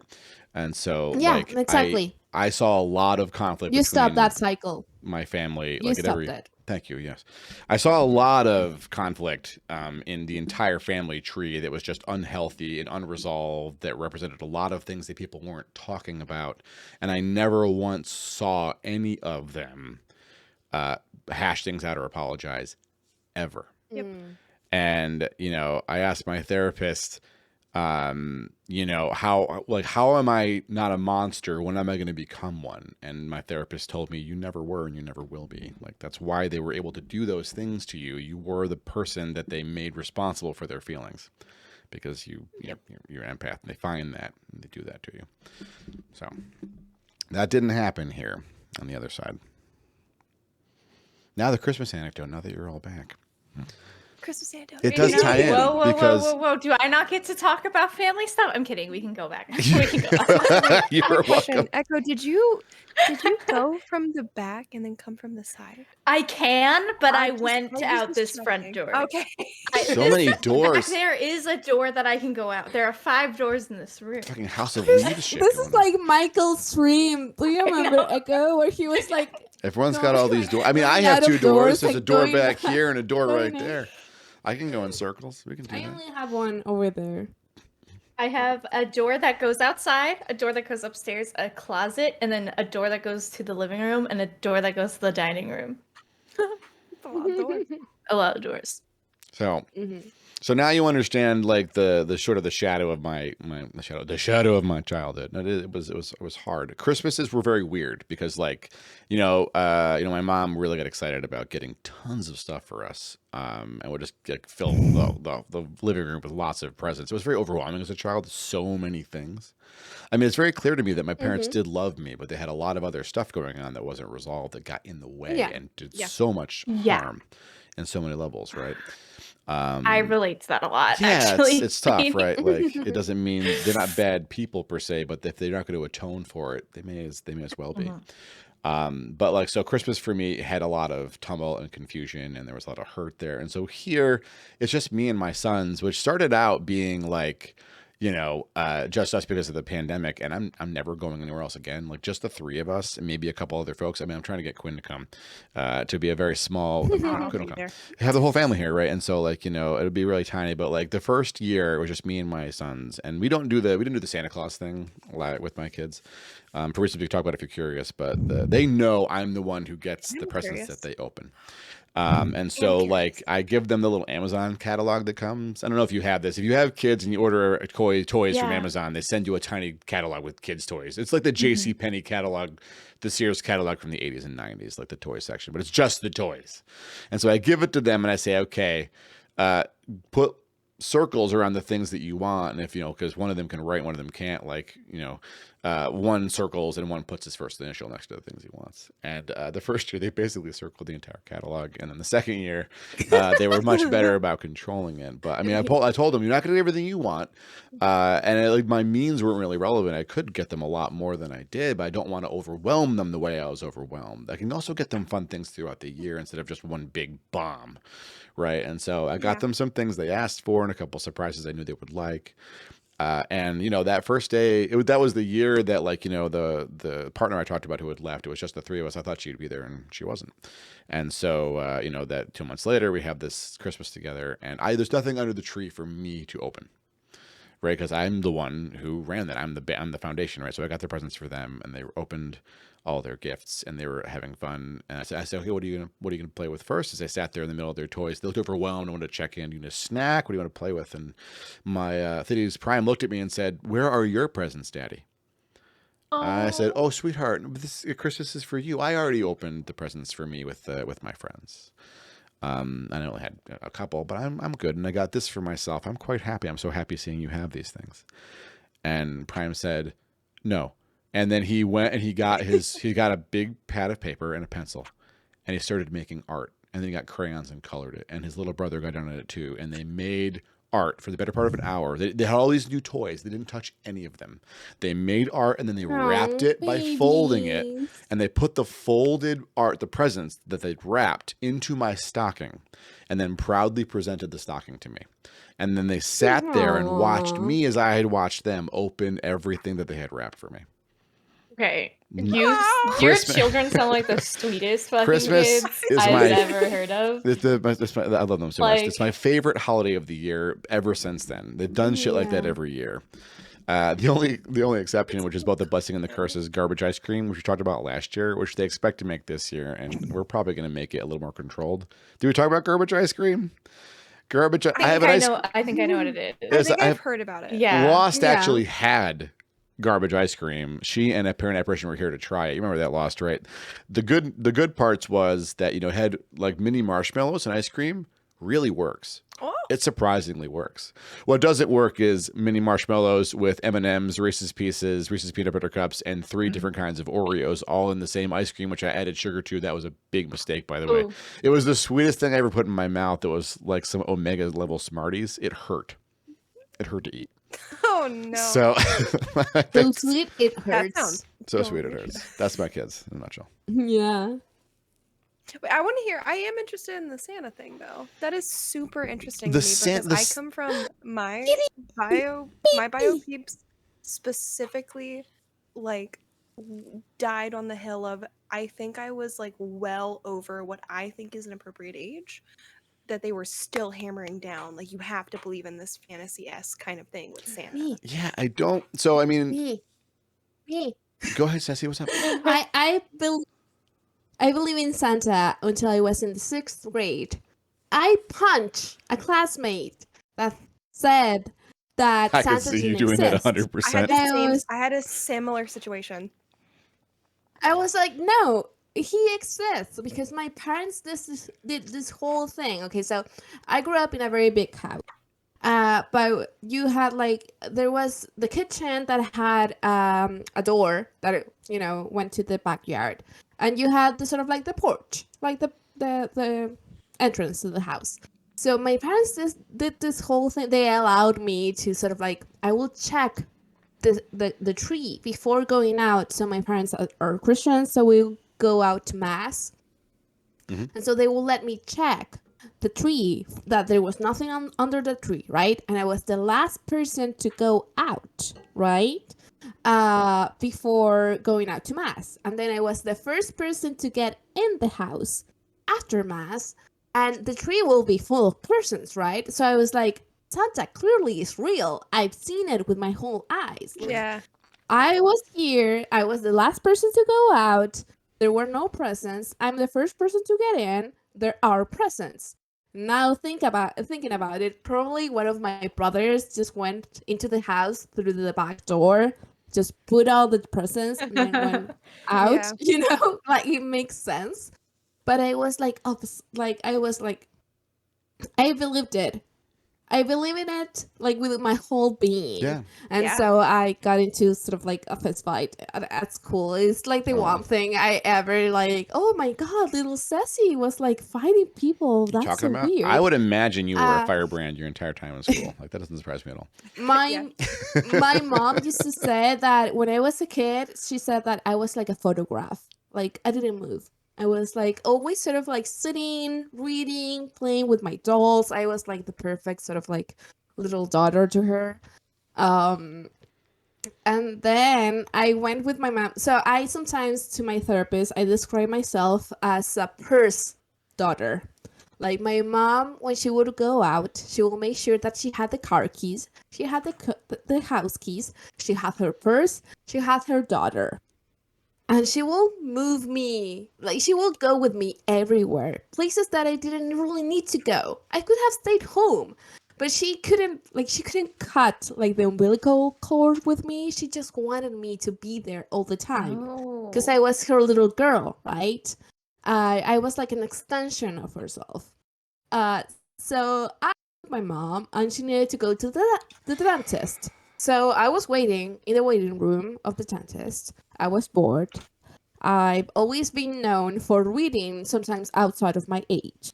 So there were a lot of magazines in the waiting room. So I started reading magazines, and I came up with this article about how good it was about keeping the myth of Santa Claus alive for kids. And I was like, Oh no. does this mean what I think it means? So after my mom got out of the dentist, we were like in the parking lot. I was like, Mom, does Santa not exist? And she was like, why do you think that? I was like, I have proof. I have sources. This article that I read in the magazine said so. There's my sassy. There it is. She was like, honey, yeah, it's true. It's your mom and dad. And my nephew at the time had like recently been born because we have only like a 10-year difference with him. And he was like, but you need to keep, the myth alive for redacted the name of that he had at the time. You need to keep the myth alive for Sasa, right? I was like, yes, I won't tell Sasa that there's no Santa Claus. Okay, I so was like, No. good girl. okay, I'm I don't understand Santa. I'm a monster. Okay, so I've been thinking I about wanna- I how wanna I'm hear going to that present about this because I don't want to come out and be like anyone's wrong for any of the choices they make around this stuff. This gets really Yeah. close to like a core rule on the channel. I stick as close as I can to. In fact, the only times we ever break the rules when Grob's on here and throws a tantrum, and I respect Grob's tantrums because while they're silly, they do come from a good place most of the time. You can quote me on that. I love Grob. So, okay. When I was a kid, I believed in Santa Claus. I did. I was lit into that stuff. I remember very distinctly being a child and hearing like some kind of noise on the roof, which was just clearly snow falling off. But I Yeah. thought, oh my God, that's Santa Claus leaving, and my parents were so excited. I remember their faces, which is a weird thing because as a kid, this memory is seared into my brain, and as a child at that age, that was seared in because I thought I really heard Santa. My parents were excited I heard him, but as an adult looking back, I can see that they were happy that magic thing happened. That's the thing the parents want to see, and so from both points of view, I feel like at least on a surface level, I get it. I can see why it's exciting from both places, but I didn't do it for my kids. And the reason I didn't comes down to two things. I guess the one I'll focus on is maybe the easiest one. It's that, okay, when I was a kid, again, I remember I asked every year for a Nintendo. I really wanted one. First year it came out, I said, this looks so exciting. I wanted it, and I asked for it. Now, I went to a private school. It was a Catholic school. And the reasons for that are really weird. It wasn't because my parents were religious. In fact, they kind of weren't. One was Catholic, one was Protestant. Neither of them went to church, but they didn't want me going to the school that was like too close to a really side of town they didn't like, essentially, which was a bit classist looking back on it. But a lot of people were like that in the 80s in grosser ways than we are now, even. Right. And so like I went to this private school, and everyone there had way more money than I did. Every year, every one of us talked about how we all asked Santa for the Nintendo. They all got it, and I didn't every year. They all got more than I did. They got everything, and I didn't. They got the Segas and the Nintendos and the Neo Geo thing, which was really expensive, and I never got any of that stuff. And I wondered, like, what am I not as good as these kids? Like, my bully who beat me up got these things from Santa, and I didn't. Well, why not? That is the biggest reason why I don't understand Santa. Yeah. So that's why like everything about like online, like even if you do the Santa thing for your kids, don't tell them that Santa got you this like super fucking expensive thing. Be like, I got you this, Santa got you these other things that aren't as expensive. Like if you get your kid like a console that is like multiple hundreds of dollars, be like, I got you this, Santa got you these clothes or whatever, toys or whatever, because not everyone's going to be able to afford that. And then that exact same thing's going to happen where kids are going to be like, why does Santa think I am lesser than all of these other children? So that's the first reason. It's not the biggest reason, but it is, for me, it's not the biggest reason, but it is like, it's a very motivating one. It's also, of the two, the one that's the most easily packaged for export. It's still uncomfortable to share because it's someone finds out that they're like, oh, they feel it's something that someone can feel bad about when I say that, and they're like, oh fuck, I've been doing that, and then they might actually have a very rude reaction to it, or just feel very ashamed, or it's a hard thing to share.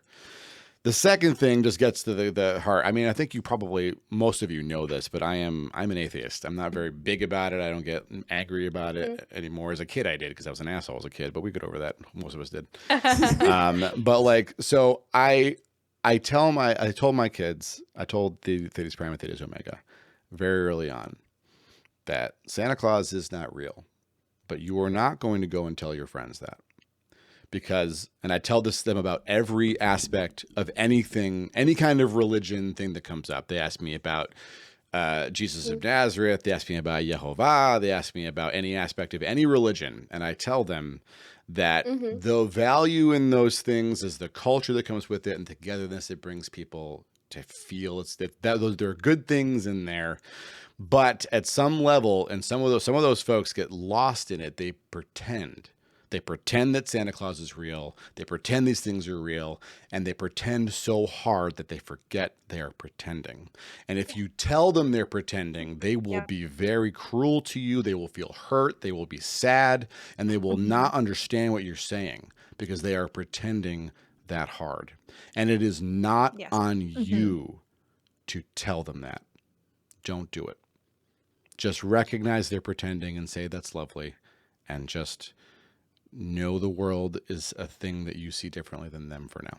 And when you're my age, I wish I could tell them when they're my age they'll have a solution to it. I don't. But at their level, they shouldn't be going into like, I didn't want them going into second grade and being like, Santa Claus isn't real. I don't want that experience for them. Yeah. You know, and so emphasizing that all the time, that like, you know, don't be combative about the things you feel you know. Because that's also not a way forward for anyone either. But I don't want. So the core reason there is that I don't want them learning that I will lie to them, that I will expect them to believe things I say without merit or proof. I don't want them to think that there's any value in make-believing something, because I know people who do that for bigger deal things and they hurt people because of it. We all know that. Right. Yeah. And Santa Claus, I'm not saying Santa Claus is a gateway drug to that shit, because that's fucking stupid. But I mean, that's the theme is still there.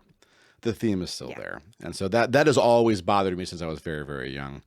And I explicitly I dated as many Jewish women as I could because I knew that they would not like their mother's Jewish. She's very lovely, and it also meant that I never had to worry about them getting fussy about it, because like what do they do on Christmas, as Gabe said, and I still do this, and I'm Jewish. My sons are. We'll order Chinese food. We'll watch a movie, and they also have Christmas presents. Which, by the way, if you ask Thades Prime and Thades Omega, is it cool having Hanukkah and Christmas?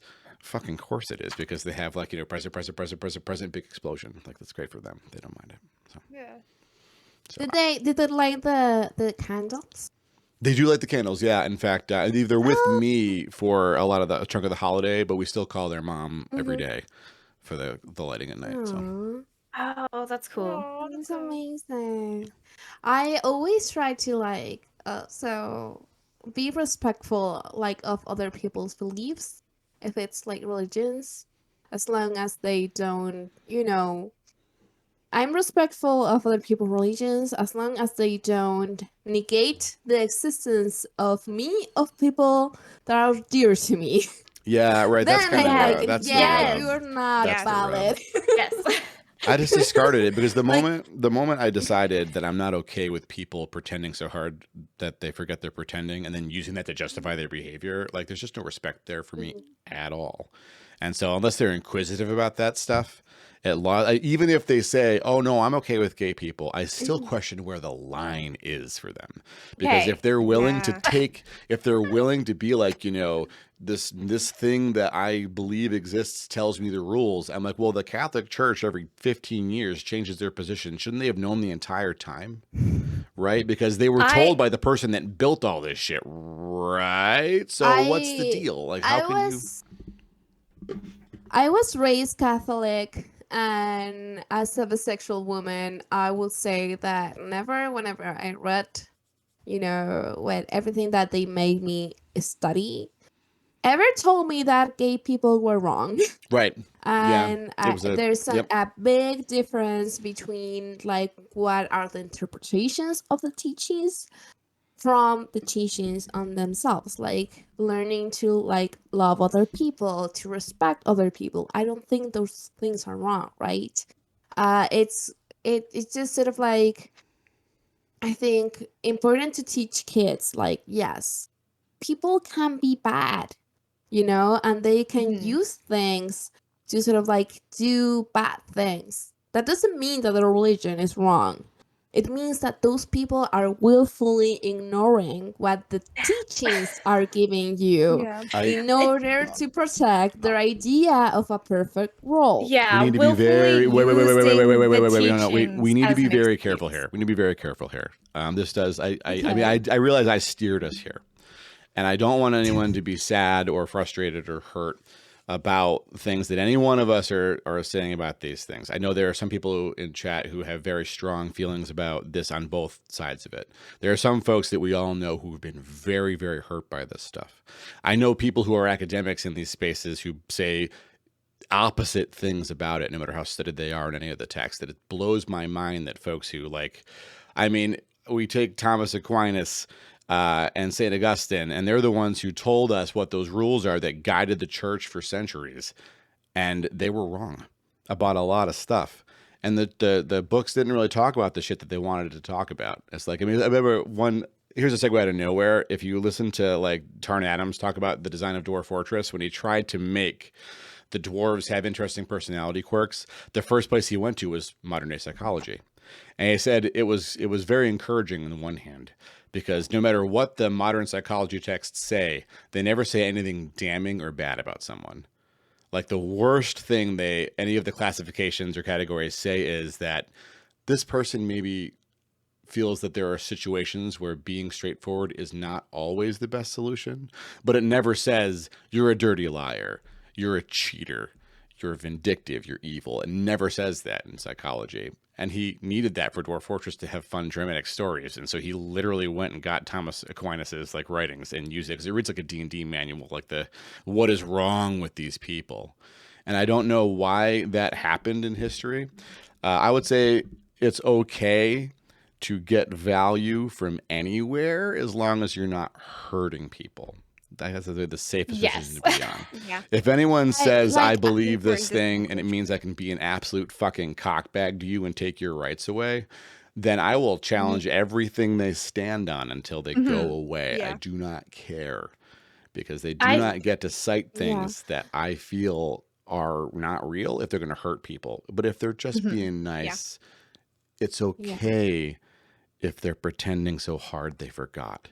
We don't have to take that away from them. The world is hard enough. I think I don't feel comfortable with the word pretending. Maybe it's just a bad sort of like mistranslation on my part. In the fact that I think, you know, I'm not an atheist. So I think that religions have value, right? I think that people are allowed to live in everything that they want to live. It's the thing when you're demonizing a specific, you know, population of people to sort of like blame them for everything bad, which is that is not religion anymore. That's just using religion for your specific human intentions, right? Because and that's something that no one sort of like goes into depth in any religion, is that these are sort of like interpretations by humans, therefore they are influenced by the humans in those moments in time, what they wanted, what they thought was right, what they thought was evil. So because I have like very religious people in my life, that I wouldn't say like, oh, they're short-sighted, oh, they don't know reality because they're not atheist, so they don't see that these are just pretending, right? It's like, no, they decide to follow, you know, like one of the most sort of like religious people that I know, which is actually my sister-in-law, was one of the first people that my nephew came out to. And she was so lovely and she was so understanding. So there's a big sort of like human part in religion. And humans will make use of whatever is at hand to do what they want to do. That doesn't mean that the thing that they used to sometimes even genocide people, and I say this as a Latina, is bad. It just means that the humans behind it were bad. Yes. You know? So it sounds like you're trying to say that religious people can be very good, and no one is saying otherwise here. I won't let anyone say otherwise. When I say they're pretending so hard that they forget they're pretending, it is a core thing that is really difficult to, it's hard to step outside of that box and look in. I was Roman Catholic. I was raised Roman Catholic. Once I stepped outside of the box, I can't get back into it. I can't get back into it. I understand that. I do not But it see a sounds a bit universe the way I was. condescending, Thades. That's my main issue with it. Yes, I know. It's This is why condescending, I try to I know avoid the this truth. topic. So they're just pretending. I don't know the because truth. I know I that literally there's no don't know the religion, truth. so- I don't know the truth. That's the point. And anyone that says otherwise is pretending. That's what I'm saying. If someone comes to me and says, I know where we all came from, and therefore I know the rules, I'm like, okay, well, I think both of those things don't make sense. So whatever you're saying, just get to the meat of it. What do you think we should do? Who should have rights? Who should be allowed to be happy? And where's your reasoning for that? And if that reasoning is anything other than, I want people to be okay, then I just want all that stuff shut out. Like it doesn't have any place in almost every circuit. And I didn't want my sons to grow up the way I did and have to challenge those beliefs the way I did. I want them to see the world. If they choose to step into a sect because they feel like the values of the people there make sense to them and the worldview it presents makes sense when they've come at it from the views I've given them, then that's fine. I'm going to respect that. They weren't raised in a space where they weren't given a choice. I wasn't given a choice, and I had to wrench myself free. Yeah. And I wrenched myself free because I saw the harm that exact religion was doing to my friends and my family, my loved ones, people I didn't know that clearly didn't deserve to suffer. It changed me. It changed me. And the people who saw me leave think I'm going to hell. Do you all think I'm going to hell? Don't answer that. It's a rhetorical question, but that's the crux of it. No. That's the crux of it, right? The crux of it is because I do not believe in the thing. I'm a confirmed Roman Catholic, and because I've left the church, I am heretic. Because I've articulated my disbelief, I am heretic, according to religious law that I've come from, and I will go to Gehenna and burn forever. Right? I'm just doomed. I'm doomed, no matter what good I do. Which is just not a worldview I see clear to anymore. That's the specific one I'm challenging all the time. So all of you have different upbringings. You all come from different places. And you had very different experiences with maybe even these very similar things that I did. And if they were great, I envy that. I envy that. But I guess the only challenge I would leave you all with is that is not what made you good. You were good from the beginning, and if that religion is good, it's because you are in it and you are making it good.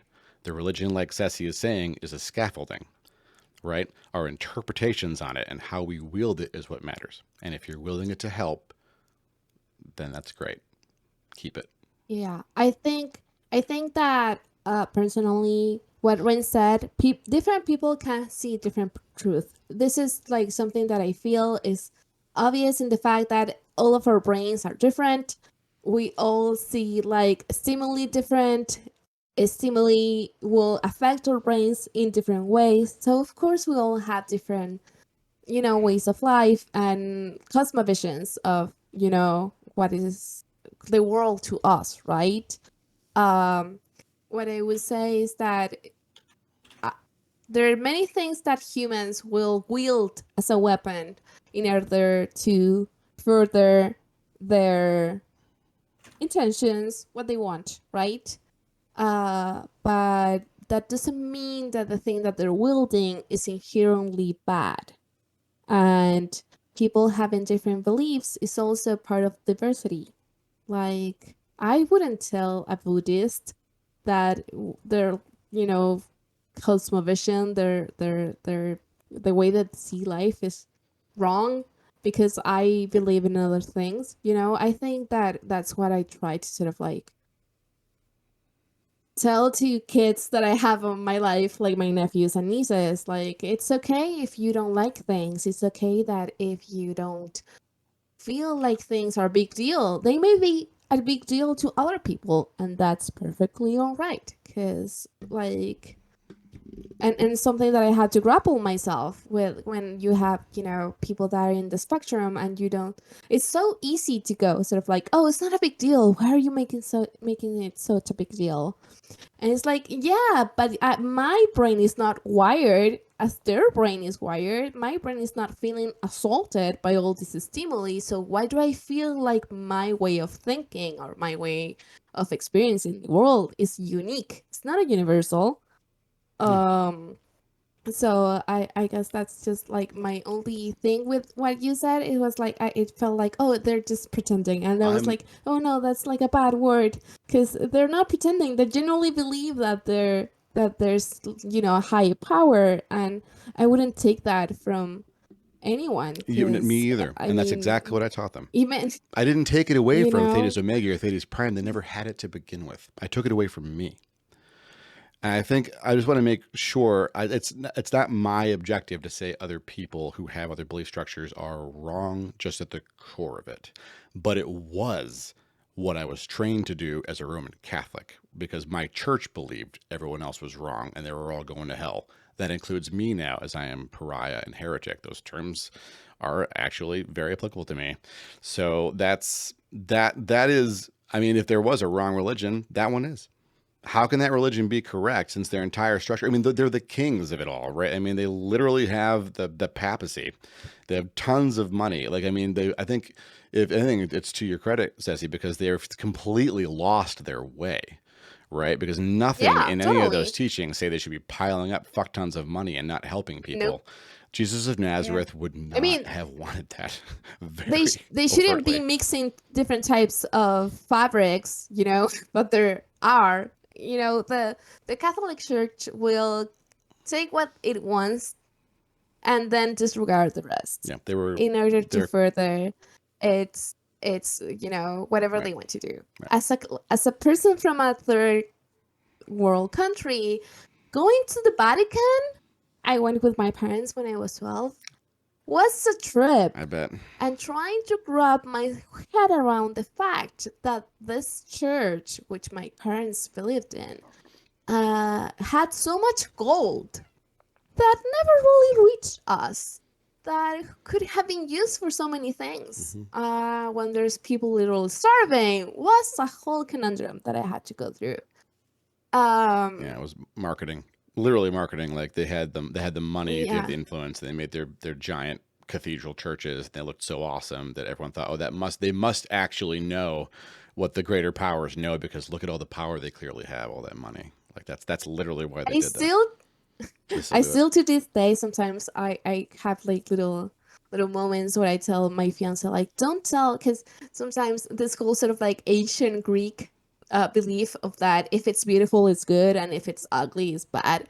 He will sometimes tell our cats like, oh, you're behaving so badly, like you're misbehaving, you're ugly. And I'm like, no, do not equate ugliness to something bad to evil. That's like, we've been like, there are many millennia that we've gone through to sort of like unlearn that, right? But behind everything there's people, and I will respect people as long as they respect me.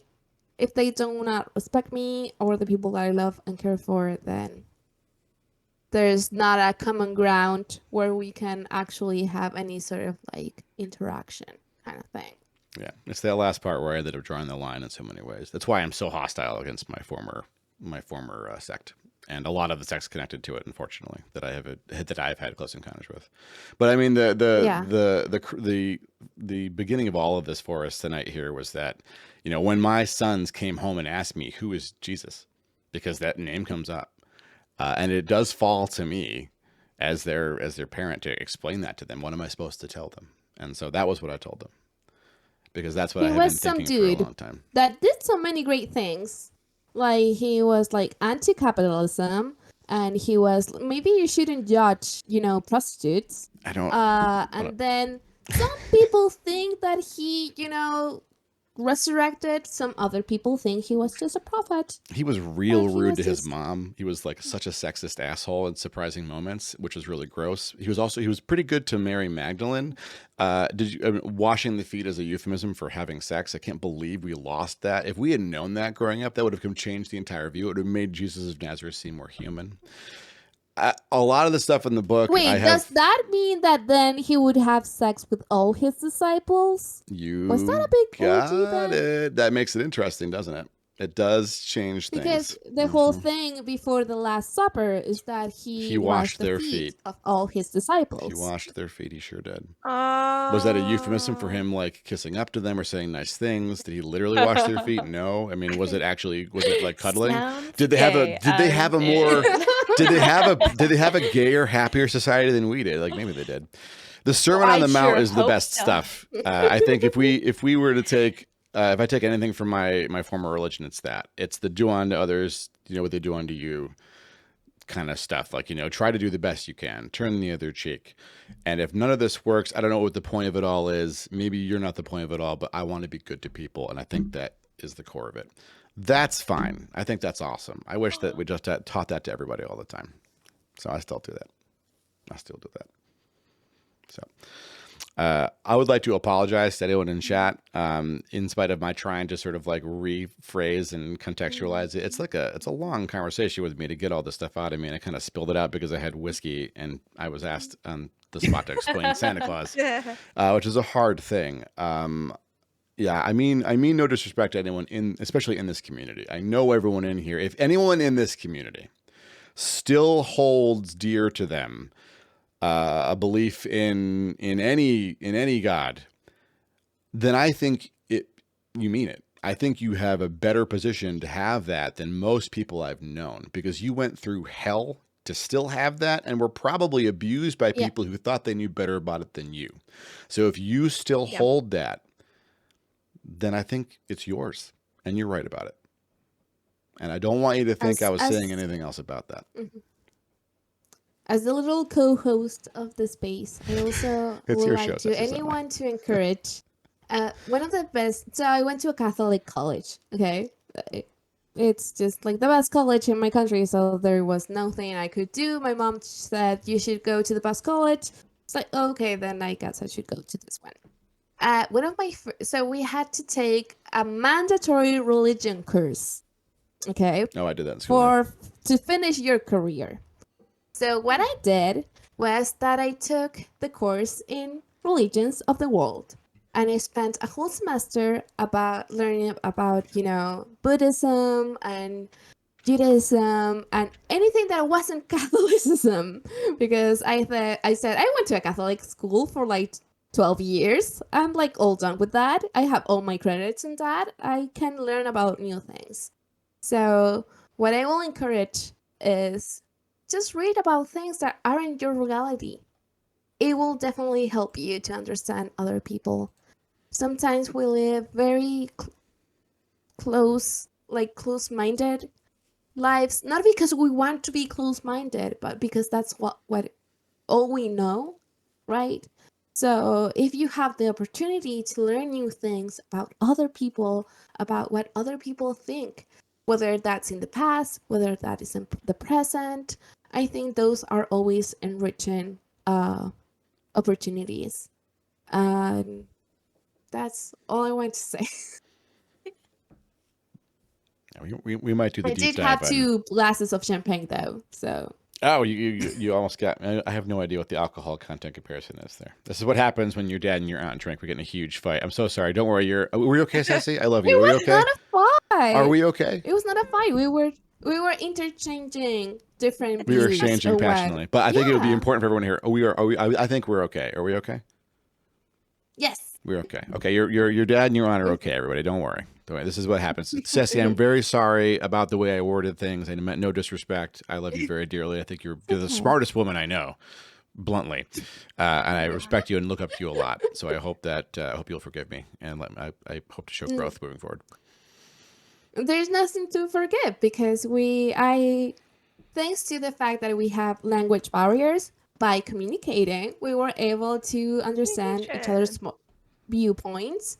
Yeah. And come to there's not a way to say it, like come to peace, but like understand the other. Yeah. Like, oh, that's Reach what you meant. understanding. You weren't being condescending, and me like, No. I'm not here sort of like defending people that are overzealous and Right. using religion for their own means. I'm just like defending people that they want to live in things that may not be what I believe in. So that's it. I had to be 43 and meet strangers on the internet several years ago and start a talk show to have a productive moment to show everyone that family can make up when things get a little tense. So we did Yeah. it. Absolutely can. It's totally. important. We did it. Yeah. Which brings Yeah. us. It's something that you will go through with partners, with family, with all sorts of Chosen or people otherwise. sometimes. Like, Yeah. yeah. People get into You'll have- discussions. Yeah. Things get miscommunicated I or will- overwhelming. I got really stressed in the middle of it though. I was like, I'm anxious. Oh, Echo, I'm so sorry. We're okay. Backing out. I was curling up. I think it's always important to like ask for clarification. Do not Yeah. make your own conclusions Yeah. of things. I could have just stay silent and not like question whatever was happening, and then I will have gone out of the stream And like, then oh, it's Thades thinks this, fighting. that is not nice. But it's important to have discussions and to understand that talking doesn't mean fighting. Yeah. Because that Yeah, also exactly. discourages people from coming together and coming into Yeah. finding common ground. Yeah. That's my main. I think it's just that it was religion, and I've never heard a religion talk go well, and I was just like, oh, we're gonna blow up I was in the stream. same- It's I tough. was It's that. tough. That's why I also banned have it on never really here. heard a religion talk go well. I spent like 15 years of my life after getting out of that stuff, like just studying every world religion I could, like the historicity, like where it came from, what people thought of it, what people used to think of it, like comparing them. I learned lots of fascinating shit about it. And if I was a different person, I might have made a show where I talk about that stuff all the time. But it just turns out to get toxic so fast because, it's just like yelling at someone Very for how they toxic. parent differently than you, or talking about like approaches Yeah. to diet specifically, like how to lose weight or whatever. Like Ooh. people Oh, tie yeah. food Yeah. and religion and parenting so close to Oh. their identities that you can't talk about Yeah. that stuff without, I mean, if you're going to talk about it with anybody, it's got to be someone you trust and you love. And that's why I was willing to risk it here even for a little bit, but we probably won't do it again. If you take anything else out of this conversation, I would like this to be the takeaway. It's that if you ever have a moment in any of these streams where any one of us, even me, says something that makes Yeah, you right. feel uncomfortable and you're like, did Thades really say that? Did he mean that? Bring it to Ceci, bring it to Quinn and Ceci. They'll take it to me and we'll clear it up. Okay, they are not afraid of me. They'll tell you what's going on and we'll make it okay. Okay. I grew up in a family that they would scream at each other, like Oh. top of the lungs scream, Yeah, me too. and never resolve anything. Me too. Yep. And like conflict makes me really fucking scared. Oh, I'm sorry. I know. I feel that. Yeah. Well, not here. Yeah, But also, I'm it's nice not to really see good. conflict be resolved in a like Yeah. good way, like just genuinely like informative and like a moment of like watching a bit of like a thing, and then just like you're like, Yeah. oh, clarify and come out and talk about it, and then like look where we got. Like we all love each other, and we're just discussing Yeah, things yeah, at the end of the day. yeah, Like, yeah. Yeah, like I also want to remind you, like Thaddeus and me come from completely different backgrounds. Like we can't expect people that are completely different from you to agree or like to see everything that like you see, or maybe to. So there's this huge sort of like theory in journalism about communication. We all have black boxes, like the black box in a plane, that are inaccessible to other people. Yeah. So what communicating attempts is to try to connect those, right? But the way that I'm saying something is not the way that you're going to understand it, because you have a whole, life story, studies, research, personal feelings that will in some way or another interpret understand what I'm saying in a different way that may be from meaning it. But for me, the main core of everything is to do that second moment, right? That's sort of like, did you really mean this, or I'm just misinterpreting? If we don't reach out to other people to understand them better, that's where differences start. That's where friction starts, and that's when things end up in a very bad place, right? Yeah. I as a journalist, I have to believe that peaceful communication is possible, and gotta that be. we can all sort of like have a nice discussion.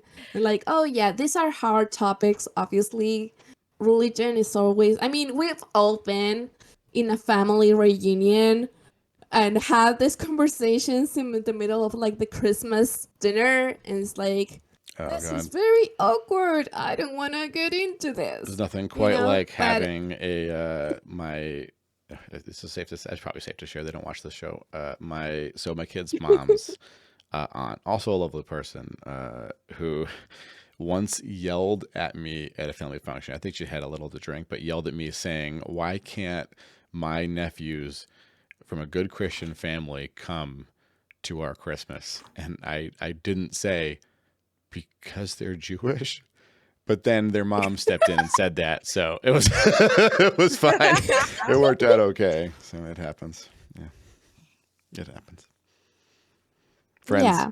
Obviously, if you're in a situation where it's not safe for you to actually engage in this type of sort of like more fruitful conversation, do not do it. Do not. There's no need. Just look after yourself Yeah. first and foremost. Yeah, don't engage if you don't have to. My God, that was a lot. So if you all need follow up, reach out. It's okay. we can have like chats on the side. Make sure you're doing okay.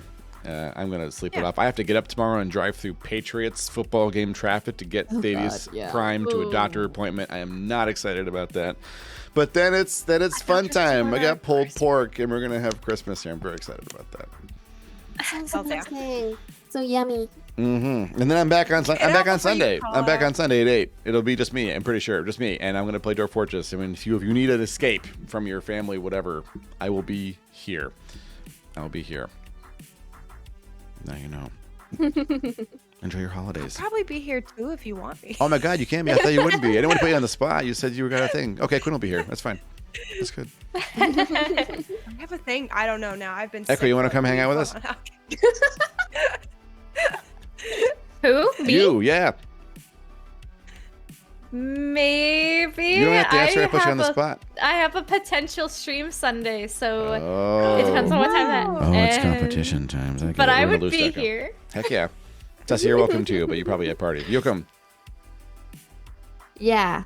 Yeah, I'll be streaming like next Thursday. There I'm it like is. going on a little getaway weekend with my fiance. We're going to Oh. a vineyard and a hotel, so I'll be offline. I mean, not offline. I'll probably talking about books in Discord, but I won't be streaming Books. for at least like Thursday. If No you holiday miss for books. if There's you no missed the opening vacation of for tonight's stream, Exactly. watch us on YouTube. Ceci told us the love story about Picnic Fiance and Ceci. It's on this broadcast. I'm going to immortalize it on YouTube. You can't stop me. We're going to go see Loki. It's going. We're going to bang up for the rain. I'm doing it right now. No one can stop me. I'm a church. Bye. It's too late. We're already gone. Don't think about it. We're still audible. I think about it. Oh. Yeah. Oh yeah. No, we're not. Yes, No we are. live stream. I'm not We, lying. we can They make can like 100% voices hear of us. Yeah. conscious or something. This is yes. If y'all Like, can hear are you us, there, God? Voices No, beyond it's time. just Quinn. Y'all can hear us. Send hot dogs in chat. Send hot dogs. Where are the hot dogs, And you make everybody? sandwiches. Hot dogs. Don't gaslight my Hot guests. dogs. Come on, Chad. Give them hot dogs. Hot dogs. Hot dogs. Hot I'll dogs. do a hot dog. I guess you can't hear. When we get into Loki's Oh, chat, no, please tell no, Loki. Tell Loki we offer you hot dogs. Everyone just say, all lowercase, we offer you hot dogs. We offer Everyone you hot offer, dogs. we offer you hot dogs. We Let's offer you hot dogs. go. We offer you hot dogs. Bye. Bye.